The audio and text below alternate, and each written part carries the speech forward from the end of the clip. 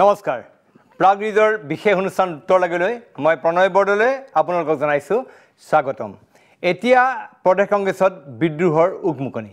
এফালে দাবী উঠিছে প্ৰদেশ কংগ্ৰেছৰ সভাপতি ৰিপুণ বৰাক আঁতৰ কৰাৰ কাৰণে, আনফালে প্ৰদেশ কংগ্ৰেছ বিধায়িনী দলৰ নেতা দেৱব্ৰত শইকীয়া অপহৰণৰ কাৰণে দেৱব্ৰত শইকীয়া হাতাও অভিযান। ইতিমধ্যে এই বিদ্ৰোহৰ উকমুকনিত আচলতে বৰ্তমান সময়ত কংগ্ৰেছৰ এটা বিৰোধী দল হিচাপে যিটো ভূমিকা থাকিব লাগে সেই ভূমিকা প্ৰকৃততে আছে নাই, এটা ৰাজ্যত কংগ্ৰেছৰ প্ৰাসংগিকতা নোহোৱা হৈ গ'লি, কিহৰ কাৰণে কংগ্ৰেছে এই ধৰণৰ বিদ্ৰোহ চলিছে, এই গোটেইবিলাক কথা সামৰি আজি আমি এই উত্তৰ লাগেত আলোচনা কৰিম। আজি আমাৰ উত্তৰ লাগেত যিসকল ব্যক্তি আছে মই তেওঁলোকক পৰিচয় কৰাই দিছোঁ। আমাৰ সৈতে আছে মাইনী মহন্ত, সাংবাদিক সাহিত্যিক লেখিকা, আছে বেদব্ৰত বৰা সাংবাদিক, আছে পংকজ বৰবৰা তেখেতে প্ৰদেশ কংগ্ৰেছৰ সাধাৰণ সম্পাদক মুখপাত্ৰ, আছে আমাৰ সুভাষ দত্ত প্ৰদেশ বিজেপিৰ তেখেত হৈছে মুখপাত্ৰ, আছে ডক্টৰ জ্ঞানেন বৰ্মন সহযোগী অধ্যাপক শংকৰদেৱ বিশ্ববিদ্যালয়, আৰু আছে দুলু আহমেদ প্ৰদেশ কংগ্ৰেছৰ সাধাৰণ সম্পাদক, আৰু অলপ সময় পিছতে আমি সংযুক্ত হ'ম হাইদৰ হুছেইন আৰু তাৰ লগতে প্ৰাক্তন মুখ্যমন্ত্ৰী তৰুণ গগৈ আমাৰ সৈতে থাকিব। মই পোনতে কংগ্ৰেছত এইখিনি ভিতৰত চৰাত যথেষ্ট দাবী ইতিমধ্যে 13গৰাকী বিধায়কে তেওঁলোকৰ বিধায়িনী দলৰ নেতা তেওঁলোকক দেৱব্ৰত শইকীয়া অপহৰণৰ দাবী জনাই পেলাই হাইকমাণ্ডলৈ পত্ৰ প্ৰেৰণ কৰিছে। এই গোটেই বিষয়টো সন্দৰ্ভত আমি এখন প্ৰতিবেদন প্ৰস্তুত কৰিছিলোঁ, আৰু আজিও এতিয়াও প্ৰদেশ কংগ্ৰেছৰ যিটো মুখ্য কাৰ্যালয় ৰাজীৱ ভৱনত যথেষ্ট ৰাজনৈতিক তৎপৰতা চলি আছে। কিছু সময় পূৰ্বে হৰিশ ৰাৱতৰ সৈতে তেওঁলোকৰ যিসকল কংগ্ৰেছ বিধায়ক আছিল, যিসকলে ক্ষুব্ধ আছিল, তেওঁলোকে লগ পাইছে, আন নেতাসকলৰ সৈতে তেওঁলোকে আলোচনাত বহিছে কি হ'বলৈ গৈ আছে প্ৰদেশ কংগ্ৰেছত। এই সন্দৰ্ভত আমি এখন প্ৰতিবেদন প্ৰস্তুত কৰিছিলোঁ, পুনৰ এই প্ৰতিবেদনখন চাই লওঁ, তাৰপাছত আলোচনাৰ মাজলৈ আহিম। কাৰ প্ৰদূষণত কংগ্ৰেছত দেৱব্ৰত হতাও অভিযান, কাৰ হেঁচাত পত্ৰত স্বাক্ষৰ কংগ্ৰেছী বিধায়কৰ, সদনত কাৰ দায়িত্বত কি আছিল, কেইজন বিধায়কে পালন কৰিছিল দলীয় দায়িত্ব, দেৱব্ৰত শইকীয়াক বিৰোধী দলপতিৰ আসনৰ পৰা আঁতৰাব লাগে, এই দাবীৰে 13 কংগ্ৰেছী বিধায়কে পত্ৰ দিলে হাইকমাণ্ডক। প্ৰাগ নিউজত এই বিস্ফোৰক পত্ৰ ৰাজহুৱা হোৱাৰ পিছতে হাহাকাৰ লাগিল কংগ্ৰেছত, কিয় আঁতৰ কৰিব লাগে দেৱব্ৰত শইকীয়াক। আনুষংগিক কথাৰ ওপৰত আমি ৰিয়েকশ্যন আজি নিদিওঁ। আমি এনেকুৱা কথা আমি নকওঁ যিবিলাক কথা বতৰাৰ লগত ৰাইজৰ সম্বন্ধ নাই। এই ক্ষেত্ৰত নো কমেণ্ট, কোনো মন্তব্য নিদিওঁ। আপোনালোকৰ এইটো বিষয়ত যিকোনো উত্তৰৰ পৰা আপোনালোকক একেবাৰে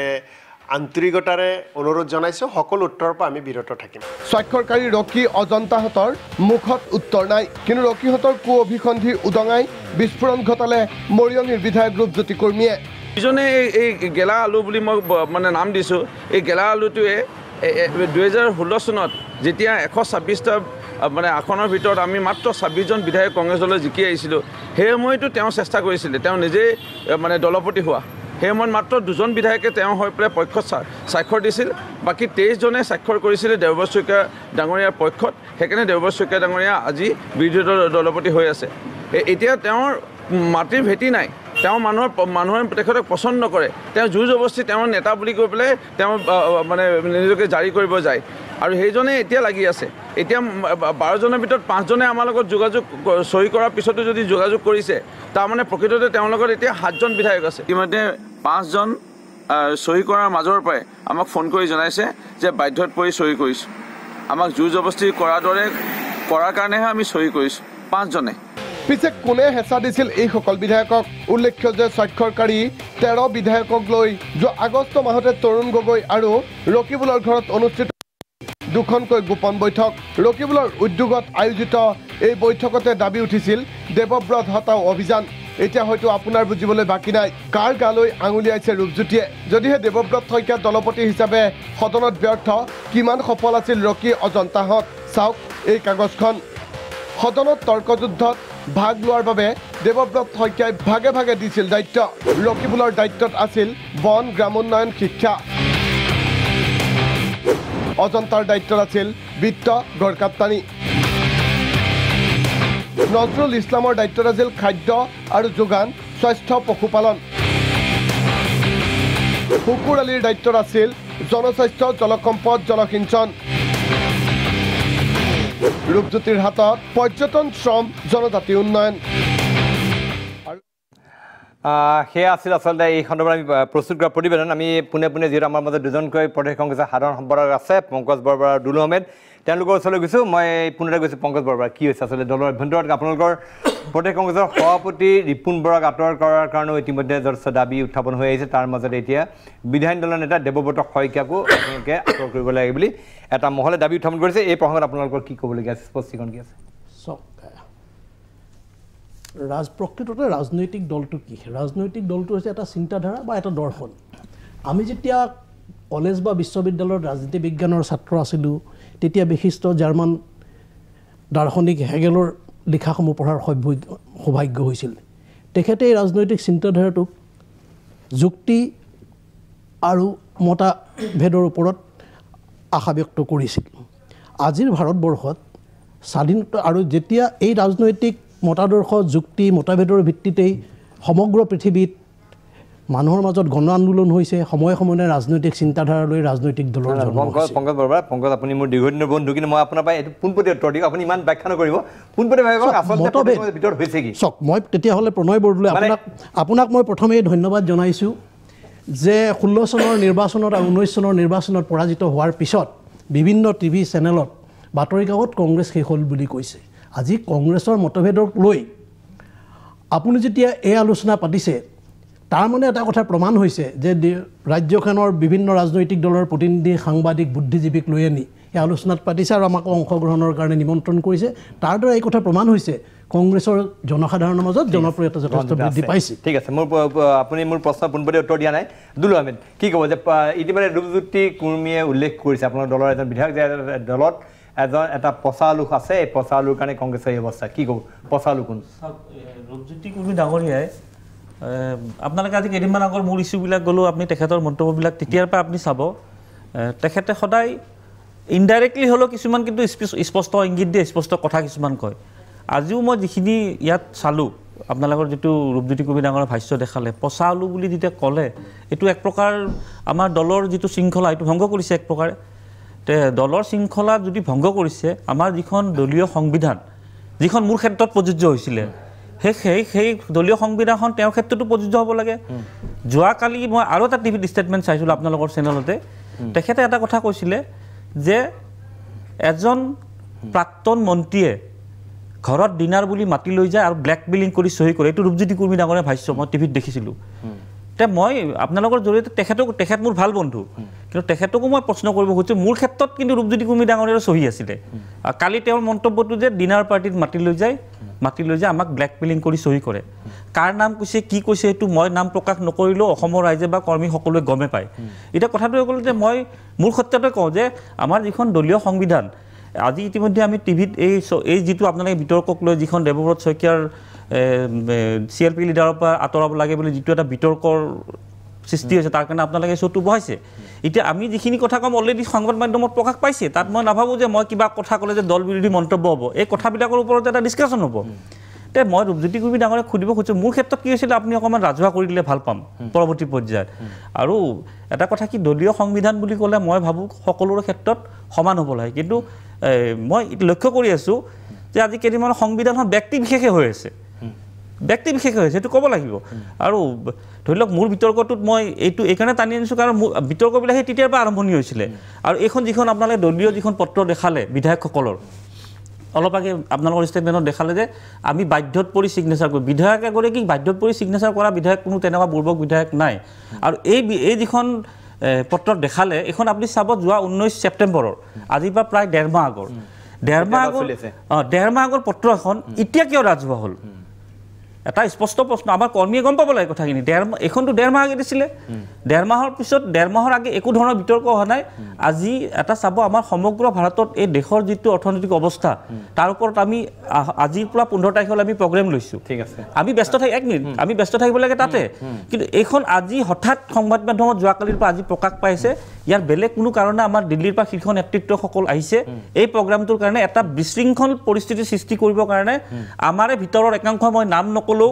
মই আজি নাম নক'লো ইতিমধ্যে সকলোৱে গম পাইছে আৰু মই মোৰ ষ্টেটমেণ্ট মই কি ক'ম ৰূপজ্যোতি কুৰ্মী ডাঙৰে ষ্টেটমেণ্ট ক্লিয়াৰলি কৈ আছে অলপ আগে তেওঁ আকৌ এটা ষ্টেটমেণ্ট দিছিল ৰূপজ্যোতি কুৰ্মীয়ে এইবিলাক বিধায়কৰ স্বাক্ষৰ কাম নাই দলিয়াই দিয়ক বোলে টিভিত দেখাই আছে এইবিলাক কথা গতিকে মোৰ কথা হ'ল যে এনেকুৱা এটা যদি অৰাজকতা হৈছে ডিচিপ্লিনটো সকলো ক্ষেত্ৰত সমানভাৱে প্ৰযোজ্য হ'ব লাগে মানে ব্যক্তি বিশেষৰ ক্ষেত্ৰত আমি মোৰ ক্ষেত্ৰত প্ৰমাণ কৰিছো সাসপেন্ড কৰি পেলালে মইতো কাৰো নাম কোৱা নাছিলো মই এটা সামান্য ফেচবুক ষ্টেটাছ এটা দিছিলো হেতুৰ ওপৰত ইমান বিতৰ্ক কৰি মোক 3 দিনত মোক নিলম্বন কৰিলে তাৰপিছত দুলুমাদে আদালতৰ সহায় লৈহে পুনৰবাৰ ঘূৰি আহিব আৰু এতিয়া এটা হাঁহিউঠা কথা মোক এজন ব্যক্তি এজনক মই লগ পালো আমাৰ মানে বুদ্ধিজীৱী তেখেতে কৈছে তুমি তোমাৰ ব্ৰেনৰ অকমান হেৰি হৈছে নি মই শুনিলে হাঁহি কৈছে দে মই কিয় কৈছে কংগ্ৰেছ দল মানুহ এৰি আছে আৰু তোমাক এজন ভাৰতৰ ভিতৰত প্ৰথম ব্যক্তি পালো যিজনে কেছ কৰি কংগ্ৰেছ কৰিম বুলি কৈ আছে মানে এই ধৰণৰ কথা আজি ধৰি লওক কব কিয় লগা হৈছে তাৰমানে কিছুমান মই দল কৰি আছো আজি মই মোৰ লগত যিটো অন্যায় হৈছে মই দলীয় হাইকমাণ্ডক জনাইছো দলীয় হাইকমাণ্ডে মোক কৈছে তো তুমি লাগি থাকা আমি তোমাৰ চাম মেটাৰটো কিন্তু চাম বুলি কৈতো মোক চিৰজীৱন মোক চাই থাকিব নোৱাৰে মই এটা সময়লৈ অপেক্ষা কৰিম আৰু মই ইতিমধ্যে মোৰ সিদ্ধান্ত লৈছো মই আপোনাৰ লগত ৰাজহুৱাভাৱে এতিয়া নকওঁ মই আৰু এসপ্তাহ 10 দিন ৰখিম তাৰপিছত মই মোৰ সিদ্ধান্ত কম আচ্ছা দুলু আহমেদৰ সিদ্ধান্ত ৰাজহুৱা কৰিব মই মাইনিমহত চলাইছো আচলতে এই সময়ত যিখন চৰকাৰখনৰ কাম কাজত সতৰ্ক দৃষ্টি ৰাখি বিভিন্ন ক্ষেত্ৰত যিবিলাক ক্ষেত্ৰত হয়তো কোনোবা ক্ষেত্ৰত তেওঁলোকে জনবিৰোধী হয়তো কোনোবা স্থিতি ল'ব পাৰে এই সময়ত আমাক এটা এনেকুৱা এটা বিৰোধী দলৰ আৱশ্যক বা বিৰোধীৰ আৱশ্যক যিটো বিৰোধী অনবৰত তেওঁলোকে সদা সতৰ্ক দৃষ্টি ৰাখিব চৰকাৰখনৰ কাম কাজত বিভিন্ন ক্ষেত্ৰত তেওঁলোকে চৰকাৰৰ সমালোচনা থকা কৰিব কিন্তু আমি দেখিছোঁ যে কংগ্ৰেছৰ কিন্তু উল্টা হৈ আছে আচলতে আৰু যিটো কংগ্ৰেছ দল এটাই প্ৰধান বিৰোধী দল কিন্তু দলটোৰ এই অৱস্থা দেখিলে এনেকুৱা এটা ভাৱ হয় যে দলটো আচলতে প্ৰাসংগিকতা বৰ্তমান সময়ত আছে নাই অসমৰ ৰাজনীতি আছে নাই এনেকুৱা ভাৱ আহে মাইনিমহতে কি ক'ব এই বিষয়ত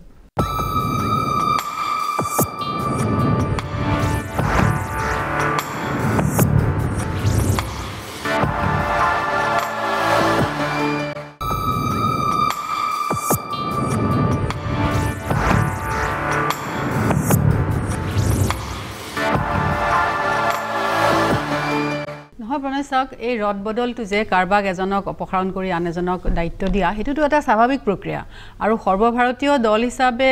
আজি ভাৰতীয় জনতা পাৰ্টিয়ে হওক কংগ্ৰেছে হওক যে তেওঁলোকৰ কাম কাজবিলাক যিকোনো ৰাজ্যৰ যেনেকৈ কাম কাজবিলাক হাইকমাণ্ডৰ ওপৰত নিৰ্ভৰ কৰি হয় হাইকমাণ্ডে সিদ্ধান্ত লয় আৰু কংগ্ৰেছৰ ক্ষেত্ৰত এইটো বেছি অভিযোগ আছিল যে তেওঁলোকৰ এটা পৰিয়ালৰ পৰাই সকলোবোৰ নিৰ্দেশ আহে এতিয়া যদি তেওঁলোকে সহি স্বাক্ষৰ সংগ্ৰহ কৰি পেলাই যে তেওঁলোকে কাৰবাৰ হাল সলনি বিচাৰিছে আৰু সেইটো যদি সঁচাকৈ মানি লয় তেনেহ'লে আমি সাধাৰণ নাগৰিক হিচাপে এইটোৱে বুজিম যে এইটো আচলতে কংগ্ৰেছৰ মাজলৈ গণতান্ত্ৰিক প্ৰমূল্য ঘূৰি আহিছে যে এওঁলোক কাৰণ আগতেতো কেতিয়াও দেখা নাই যে ইয়াৰ পৰা তৰুণ গগৈৰ দিনত আমি দেখা পাইছিলোঁ যে বিভিন্ন ধৰণে তেনেকৈ বিসম্বাদ হৈছিল কিন্তু তৰুণ গগৈটো আঁতৰাব নোৱাৰিলে কিয় আঁতৰাব নোৱাৰিলে কাৰণ হাইকমাণ্ডে বিচৰা নাই গতিকে কথাটো আমি তেনেকৈ ভাবোঁ আৰু হাইকমাণ্ডে আচলতে পৰিস্থিতিটো এনেকুৱাহে প্ৰণাময় বুলি ভাবোঁ যে হাইকমাণ্ডে এইটোও নহয় যে ইয়াৰ যিসকল ব্যক্তি আছে তেওঁলোকে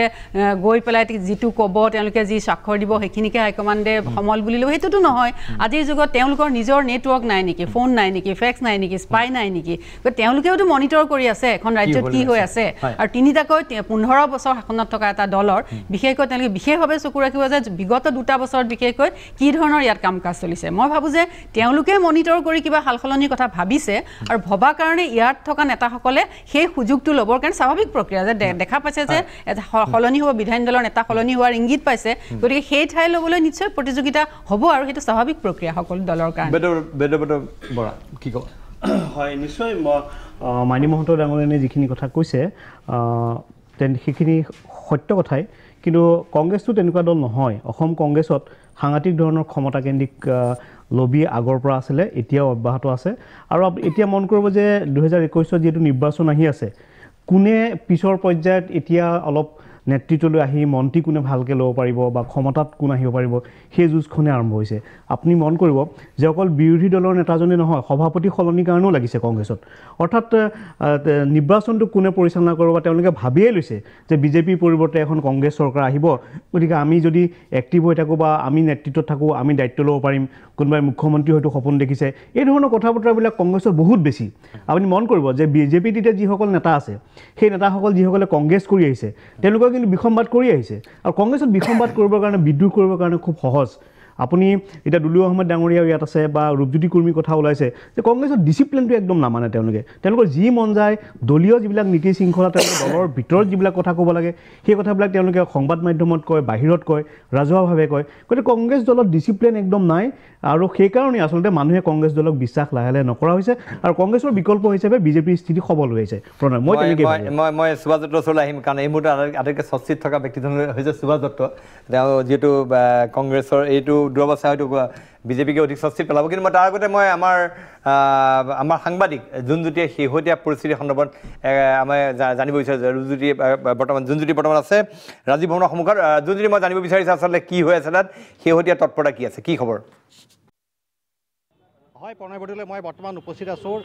ৰাজীৱ ভৱনত আৰু ৰাজীৱ ভৱনত বৰ্তমান ইখনৰ পাছত সিখন বৈঠক অনুষ্ঠিত হৈ আছে বিশেষকৈ যিহেতু হৰীশ ৰাৱাট আছে আৰু লগতে আছে জয়ৰাম ৰমেশ কেন্দ্ৰীয় নেতৃত্বৰ সৈতে ৰাজ্যিক নেতৃত্বই সুকীয়াকৈ বৈঠকত মিলিত হৈছে লগতে শেহতীয়াকৈ এটা কথা চৰ্চালৈ আহিছে যে কংগ্ৰেছৰ বিধায়িনী দলৰ যিগৰাকী দলপতি আছিল দেৱব্ৰত শইকীয়াক অপসাৰণৰ কথাটো ইয়াত আহি পৰিছে আৰু অপসাৰণৰ দাবীত 13জনকৈ বিধায়কে এখন পত্ৰ প্ৰেৰণ কৰিছিল কেন্দ্ৰীয় নেতৃত্বলৈ আৰু সেই সন্দৰ্ভত যি 13জন বিধায়কে সেই স্বাক্ষৰ কৰিছিল তাৰে আজি 12জনৰ সৈতে সুকীয়াকৈ বৈঠকত মিলিত হয় জয়ৰাম ৰমেশ আৰু তাৰ পাছতে হৰীশ ৰাৱাটৰ সৈতে এক বৈঠকত মিলিত হয় প্ৰকৃততে দেৱব্ৰত শইকীয়াক দলপতি পদৰ পৰা আঁতৰাই অন্যজনক নিয়োগ কৰাৰ কথাটো তেওঁলোকে চিন্তা চৰ্চা কৰিছে এই মুহূৰ্তত কিন্তু বিধায়কসকল এজনকৈ তাৰ পৰা ওলাই অহা পৰিলক্ষিত হৈছে কোন দলপতি হ'ব সেই কথা আমি এতিয়াই ক'ব নোৱাৰোঁ কিন্তু এই মুহূৰ্তত চৰ্চালৈ আহিছে অজন্তা নায়কৰ নামটো যিহেতু দেৱব্ৰত শইকীয়াক আঁতৰাই অজন্তা নায়কক কংগ্ৰেছৰ দলপতি হিচাপে নিয়োগ কৰাৰ সম্ভাৱনা আছে আৰু ইতিমধ্যে 13জনকৈ বিধায়কে স্বাক্ষৰ কৰিছিল আৰু ইয়াৰে ডক্টৰ মতিউৰ ৰহমান মণ্ডল উপস্থিত নাই যিহেতু তেখেত গোৱাত ভ্ৰমণ কৰিবলৈ আছে তাৰ বাদে বাকী আটাইসকল বিধায়ক কিন্তু এই বৈঠকত উপস্থিত আছিল আৰু তেওঁলোকে আজি সিদ্ধান্ত লৈছে যে দেৱব্ৰত শইকীয়াক আঁতৰাব লাগে আৰু তাৰ ঠাইত নতুন এজন দলপতি নিয়োগ কৰিব লাগে দেৱব্ৰত শইকীয়াক আঁতৰোৱাৰ এটাই কাৰণ হৈছে যে তেখেতে যিসমূহ ইছ্যু আছিলে সেই ইছ্যুসমূহত দলপতি হিচাপে তেখেতে ভাল ভূমিকা বা ভাল ধৰণে অৱতীৰ্ণ হ'ব নোৱাৰে বুলি তেওঁলোকে অভিযোগ আনিছে আৰু তাৰ পৰিপ্ৰেক্ষিততে কেন্দ্ৰীয় নেতৃত্বলৈ এখন পত্ৰ প্ৰেৰণ কৰিছিল আৰু যি 13জনে স্বাক্ষৰ কৰিছিল সেই 13জনৰ সৈতে মিলিত হৈছিল আজি হৰীশ ৰাৱাট জয়ৰাম ৰমেশ যিহেতু জয়ৰাম ৰমেশে এখন সংবাদমেল অনুষ্ঠিত কৰিছিল আৰু তাত তেখেতে দিনটোৰ যদি আমি চৰ্চাৰ কথা ক'বলৈ যাওঁ তাত তেখেতে বিজেপি দলৰ যিসমূহ নীতি আছিলে সেই নীতিসমূহৰ তেওঁ বিৰুদ্ধাচৰণ কৰিছে তেওঁ সমালোচনাৰ বাবে লক্ষ্য কৰি লয় নৰেন্দ্ৰ মোদী ডাঙৰীয়াক যিহেতু ব্যক্তিগতকৰণৰ ক্ষেত্ৰত নৰেন্দ্ৰ মোদী ডাঙৰীয়াই যেনেকুৱা ধৰণৰ পদক্ষেপ লৈছে সেই ক্ষেত্ৰত খুব চোকা সমালোচনা কৰে আৰু তাৰ পাছতে কিন্তু সেই সংবাদমেলৰ পাছতে তেখেতে সুকীয়াকৈ বৈঠকত মিলিত হয় আমি প্ৰাগ নিউজক দৰ্শকসকলক সেই ভিজুৱেল দেখুৱাইছোঁ যিখন বৈঠক খুব গোপনে অনুষ্ঠিত হৈছে তাত সংবাদ মাধ্যমৰ প্ৰৱেশো নিষিদ্ধ কৰিছে দুজনকৈ এজন হ'ল হৰীশ ৰাৱাট আৰু আনজন হ'ল জয়ৰাম ৰমেশ তেওঁলোকৰ সৈতে বিধায়কসকলে বৈঠকত মিলিত হয় আৰু যিসকলে তেওঁ দেৱব্ৰত শইকীয়াৰ বিৰুদ্ধে কিন্তু আপত্তি দৰ্শাইছিল আৰু লক্ষণৰ বিষয় এইটোৱে যে দেৱব্ৰত শইকীয়া ৰাজীৱ ভৱনত থকাৰ পাছতো কিন্তু তেওঁক সেইখন মিটিঙলৈ নিমন্ত্ৰণ কৰা হোৱা নাছিল অন্যথাই প্ৰদেশ কংগ্ৰেছৰ সভাপতি ৰিপুণ বৰাও আছিল সেইখন বৈঠকতে গতিকে এই কথাটো সূচাই দিছে যে দেৱব্ৰত শইকীয়াৰ বিৰোধী দলপতিৰ যিটো মৰ্যাদা আছিল সেই মৰ্যাদাৰ হানি হ'ব আৰু লগতে নতুনকৈ এগৰাকীক পতাটো প্ৰায় নিশ্চিত হৈছে আপুনিও বৈঠকত উপস্থিত আছিল যিহেতু যিখন বৈঠক এতিয়া হৈ আছিলে এতিয়াও চলি আছে কি হ'ল আপুনি যিখন বৈঠকত আপোনালোকৰ হৰীশ ৰাৱাট আৰু জয়ৰাম ৰমেশ আছিলে আপোনাক খুব আলোচনা কৰিছে মই যি ক'ম সেইটো দেখাবনে শুনাবনে নিশ্চয় আপোনাৰ আমি দৰ্শকক দেখুৱাই আছোঁ আমি আলোচনা কৰি আছোঁ অমিত শ্বাহে ডাঙৰ ভাৰতবৰ্ষৰ বিভিন্ন ষ্টেটত যাই কৈ আছিল যে অসমত 41 লাখ ঘুচপেটীয়া আছে যে NRC-টো ফাইনেল ওলাল আমি এইবিলাক একচুৱেলি মিডিয়াত নকওঁ এইবিলাক কথা এতিয়া দেখিল তেওঁ ভাবিছিল যে 41 লাখ মুছলিম মানুহ NRC-ৰ পৰা কটা গৈছে এই ভাবি তেওঁলোকে কৈ আছিল এতিয়া দেখিলে যে 19 লাখ কটা গৈছে 19 লাখৰ মুছলিম নহয় 6-7 লাখ মুছলিম মানুহ আছে এতিয়া আৰু অসমত সেই NRC-ৰ বিষয়ে নকয় ঘুচপেটীয়াৰ কথা সমস্যা নহয় সেইবিলাক কথা আলোচনা মিটিঙত হৈ আছে দেৱব্ৰত শইকীয়া ইয়াত উপস্থিত আছিল কিন্তু তেখেতক মতা হোৱা নাছিলে ক'ত 13জনে আপুনি স্বাক্ষৰ কৰিছিলে তেখেতক অপসাৰণৰ দাবীত আপোনালোকে মই কি কৈ আছে সেইটো কওক আপুনি স্বাক্ষৰৰ কথা কি কৈ আছে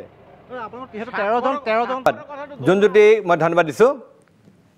মই আচলতে ইতিমধ্যে তেওঁ বিধায়কজনে আচলতে গোটেই বস্তুটো ফালৰি কাটি যাব বিচাৰিছে কাৰণ যিটো খবৰ আছিল খবৰটো আছিল যে যিকেইজন বিধায়কে ইতিমধ্যে তেওঁলোকৰ বিধায়িনী দলৰ নেতা দেৱব্ৰত শইকীয়াৰ বিৰুদ্ধে তেওঁলোকে প্ৰতিবাদ সাব্যস্ত কৰিছিল বা তেওঁ দাবী জনাইছিল যে দলপতিগৰাকীক সলনি কৰিব লাগে তেওঁলোকৰ লগতে এই হৰীশ ৰাৱাট আৰু জয়ৰাম ৰমেশ মিলিত হৈছে এইটো খবৰ আছে মই হাইদৰ হুছেইন আহি পাইছে হাইদৰ হুছেইন মই আপোনাৰ পৰা জানিব বিচাৰিছোঁ যে কংগ্ৰেছ আৰু বিসম্বাদ যেন একেটা মুদ্ৰা ইপিঠি সিপিঠি কি ক'ব বিচাৰিব আপুনি নহয় এইটো আজি নহয় আচলতে গোটেই কথাটো হ'ল যে কংগ্ৰেছত ক্ষমতা আৰু সম্ভাৱনাই বৰ্তমান সময়ৰ ৰাজনীতিৰ নিৰ্ণায়ক ভূমিকা পালন কৰে কেতিয়াবা ব্যতিক্ৰমো দেখা যায় এইবাৰ হাৰিয়ানা আৰু মহাৰাষ্ট্ৰত ভবা হৈছিল যে কংগ্ৰেছ NCP এইবোৰ একো ফেক্টৰেই নহয় হাৰিয়ানাততো কংগ্ৰেছ নাছিলেই মহাৰাষ্ট্ৰত যোৱা এটা বছৰ আপোনাৰ মহাৰাষ্ট্ৰৰ ৰাজনীতিৰ ইতিহাসেই হ'ল যে NCP আৰু কংগ্ৰেছৰ পৰা শিৱসেনা আৰু বিজেপিয়ে গোটেইবোৰ লিডাৰক আনিব লাগে ৰাতিপুৱা আনিছে লিডাৰক দুপৰীয়া টিকেট দিছে প্ৰাৰ্থিত্ব দিছে প্ৰধানমন্ত্ৰীয়ে সেইখন ৰাজ্যত আপোনাৰ 10খন ৰেলী কৰিছে অমিত শ্বাহে 30খন ৰেলী কৰিছে মুখ্যমন্ত্ৰীয়ে 100খন ৰেলী কৰিছে তাৰপিছত এটা মৃত কংগ্ৰেছ 40খন আসন পাই বহি আছে অৰ্থাৎ পৰিৱেশ আৰু পৰিস্থিতি নিৰ্ভৰ অসমৰ প্ৰেক্ষাপটত মানে অসমৰ প্ৰেক্ষাপটত বিসম্বাদ আৰু কংগ্ৰেছ এতিয়া তাহানিখন মোৰাৰজী দেশাইৰ পৰা আনকি প্ৰণৱ মুখাৰ্জীৰ দৰে মানুহে দল ত্যাগ কৰিছে মমতা ওলাই আহিছে কংগ্ৰেছটো সেইকাৰণে ভাৰতীয় ৰাজনীতিত আচলতে শিথিল গণভিত্তিক ৰাজনীতি কচুপাতৰ পানীৰ দৰে আজি অসমত যদি বিসম্বাদ চলিছে এইটো আজিৰ বিসম্বাদ নহয় প্ৰয়াত হিতেশ্বৰ শইকীয়াৰ দিনত তৰুণ গগৈৰ লগত আপোনাৰ এনেকুৱা কথা আছিলে কিন্তু সাহস প্ৰদৰ্শন কৰিব পৰা নাছিল এতিয়া 21ত যে আহিছে কংগ্ৰেছৰ এটা সংস্কৃতি গঢ় লৈছে যে ক্ষমতাক বাদ দি আৰু সম্ভাৱনা যাৰ য'ত আছে তেওঁলোকে সম্ভাৱনাৰ পিছত দৌৰে মই ভাবোঁ যে এই যে বিসম্বাদ এইটো হিমন্ত বিশ্ব শৰ্মাৰ বিসম্বাদ নহয় ই তাতকৈ দুৰ্বল বিসম্বাদ তৰুণ গগৈ মুখ্যমন্ত্ৰী আপোনাৰ সভাপতি হ'ম বুলি কৈছে কোনো সম্ভাৱনা নাই কাৰণ সোনিয়া গান্ধী যদি সম্ভাৱনা থাকে তেতিয়াহ'লে সোনিয়া গান্ধী মই ভাবোঁ ৰাহুলতকৈ সোনিয়া গান্ধী অসুস্থ হ'লেও অলপ মেচিউৰিটি যেন লাগে তৰুণ গগৈক মই যিটো শেহতীয়া খবৰ পাওঁ তেখেতে যদিও কৈছে মই ফালি দিম মোক সভাপতি পাতক এইটো নহয় কথাটো এনেকুৱা নেকি আপোনাৰ কথাটো এনেকুৱা নেকি কথাটো এনেকুৱা নেকি যে যেতিয়া ৰাজীৱ গান্ধী দলৰ নেতৃত্বত আছিল সভাপতিৰ দায়িত্বত ৰাজীৱ গান্ধীয়ে কৈছে যে যুৱ নেতাক অগ্ৰাধিকাৰ দিয়া হ'ব আৰু সেইকাৰণে হয়তো তৰুণ গগৈয়ে সভাপতি দৌৰৰ পৰা আঁতৰি আহিছে কিন্তু এতিয়া যিটো সোনিয়া গান্ধী আহিলে তাৰ কাৰণে এতিয়া হিচাপটো হ'ল যে তৰুণ গগৈ ডাঙৰীয়াই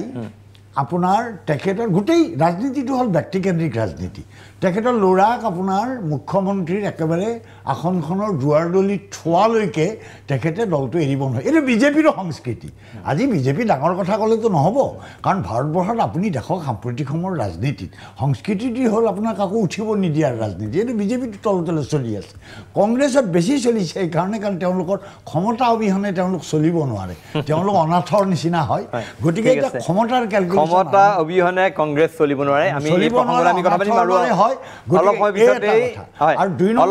সময় পিছতে আমাৰ সৈতে সংযুক্ত হ'ব প্ৰাক্তন মুখ্যমন্ত্ৰী তৰুণ গগৈৰ পৰা আচলতে তেওঁৰ কি আচল উদ্দেশ্য সেয়া জানিম কিন্তু তাৰ পূৰ্বে আমাৰ বিশেষ অনুষ্ঠান উত্তৰ লাগে লৈছোঁ খন্তেক সময়ৰ বাণিজ্যিক বিৰতি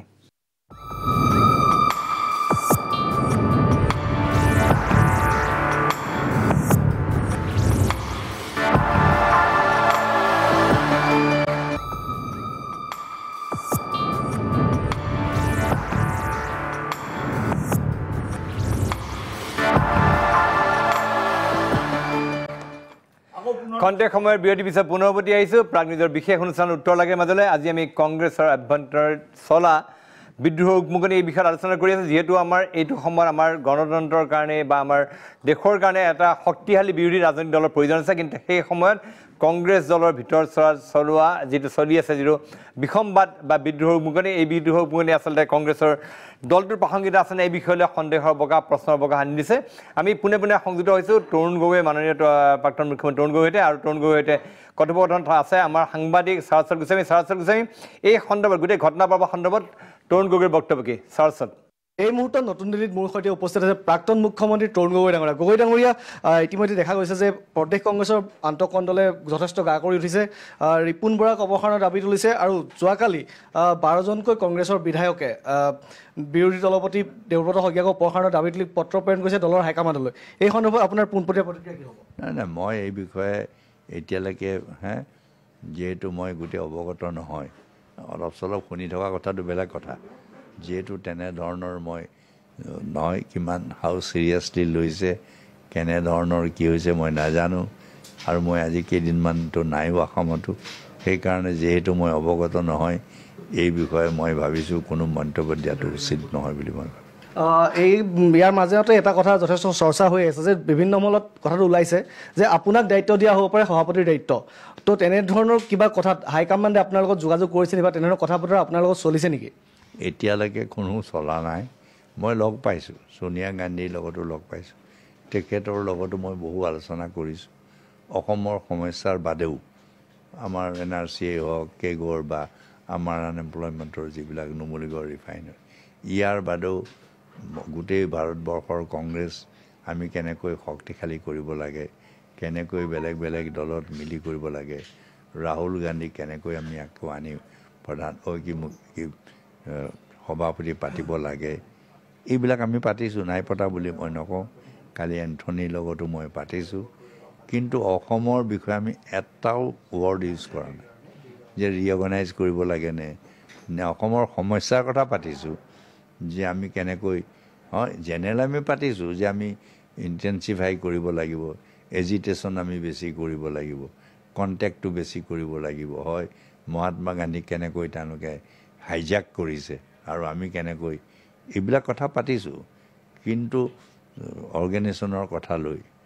পতা নাই, বুজা নাই। আৰু মোৰ নিজৰ কথাটো আকৌ নাই পতাটো, সেইটোতো পিছৰ কথাটো বুজা।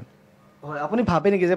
বৰ্তমান প্ৰদেশ কংগ্ৰেছৰ যি সাংগঠনিক ভেটি সেয়া দুৰ্বল হয় বুলি ভাবে নেকি আপুনি? নহয় নহয়, এইটো ঠিক যে আজি আমি এক্টিভিটিজ বঢ়াব লাগিব। AICCৰে হওক আমাৰ এক্টিভিটিজ, PCCৰে হওক বঢ়াব লাগিব। সেই বঢ়াবলৈও হয়তো সকলোৱে মিলিজুলিও কৰিব লাগিব। এইটো নহয় যে কোনোবা এজনেহে এইটো কৰিব লাগিব, এক্টিভিটিজ বঢ়াব লাগিব, এইটো ঠিক। আজি AICCতে হওক PCCতে হওক এজিটেশ্যনো আগতকৈ বেছি কৰিব লাগিব, এইটো ঠিক। সকলো ঠাইতে অকল এইটো নহয় যে কণ্টেক্টটো আজি বঢ়াব লাগিব। আৰু আমি ধন্যবাদ জনাইছোঁ সৰস্বতী গোস্বামী। সেই আছিলে প্ৰাক্তন মুখ্যমন্ত্ৰী তৰুণ গগৈৰ ভাষ্য। ইতিমধ্যে তেখেতে এক প্ৰকাৰ গোটেই ঘটনা প্ৰবাহ অস্বীকাৰ কৰিছে। কিন্তু মই আহিছোঁ ডক্টৰ বৰ্মন, আপোনাৰ ওচৰলৈ আহিছোঁ। ডক্টৰ বৰ্মন, আপুনি কি ভাবে যে বৰ্তমান সময়ত আমাৰ ৰাজ্যখনত কংগ্ৰেছৰ প্ৰাসংগিকতা কিমান? এটা শক্তিশালী বিৰোধী দলৰ প্ৰাসংগিকতা আছে, কিন্তু কংগ্ৰেছৰ প্ৰাসংগিকতা কিমান? হয়, এতিয়া আপোনাৰ চাওক, আজি গণতান্ত্ৰিক ব্যৱস্থাটো সফল হ'বৰ কাৰণে এটা শক্তিশালী বিৰোধী দলৰ প্ৰয়োজন সকলোৱে অনুভৱ কৰে। শক্তিশালী বিৰোধী যদি নাথাকে তেতিয়াহ'লেতো গণতান্ত্ৰিক প্ৰচেছটোৱে আপোনাৰ ফেইলিয়ৰ হ'বলৈ বাধ্য। কিন্তু কংগ্ৰেছত যি দেখা গৈছে আপোনাৰ, কংগ্ৰেছত অৱশ্যে বিসম্বাদৰ ইতিহাসটো বহুত পুৰণি। আপোনাৰ বিমলা প্ৰসাদ চলিহা মুখ্যমন্ত্ৰী থাকোঁতে আপোনাৰ দেৱেশ্বৰ শৰ্মা, তাৰপিছত আপোনাৰ দেৱকান্ত সন্দিকৈ দেৱকান্ত বৰুৱা এই দুটা সৈতে বিসম্বাদ কৰিছিলে। পিছত মহেন্দ্ৰ মোহন চৌধুৰী যেতিয়া মুখ্যমন্ত্ৰী হ'ল তেতিয়া তাত মইনুল হকে যোগ দিলে, ত্ৰিমূৰ্তি নাম জনা গ'ল। আৰু তেওঁলোকৰ অসমৰ ৰিপ্ৰেজেণ্টেটিভজন আছিল শৰৎ চন্দ্ৰ সিংহ। আৰু সেই বিসম্বাদটো সফল হৈছিলে আপোনাৰ। সফল হৈ পেলাই আপোনাৰ মহেন্দ্ৰ মোহন চৌধুৰী দিল্লীত গৈ থাকোঁতে তেতিয়া ঘূৰাই পঠোৱা হ'ল যে আপুনি ঘূৰি যাওক, ঘূৰি গৈ পেলাই পৰিত্যাগ কৰক। আৰু তেওঁ একান্ত বাধ্য ছাত্ৰৰ নিচিনাকৈ গৈ আছিলে, পৰিত্যাগ কৰক, ৰিজাইন দিবলৈ গুচি আহিলে আপোনাৰ। সেইটো হ'ল। গতিকে কিন্তু সেই সময়ত আকৌ কংগ্ৰেছৰ কাৰণে লাভজনক আছিলে। আপোনাৰ 114খন আসন আছিল তেতিয়া, আপোনাৰ তাৰে 95খন আসনে কিন্তু কংগ্ৰেছে পাবলৈ সক্ষম হৈছিলে। আৰু বহুতে কয় সেইটোত আপোনাৰ তেতিয়া 71ত আপোনাৰ ভাৰত পাকিস্তানৰ যুদ্ধৰ প্ৰভাৱটো তাত পৰিছিল বুলি বহুতে কয়। কিন্তু গুৰুত্বপূৰ্ণ বা উদ্বেগজনক কথাটো কি আপোনাৰ,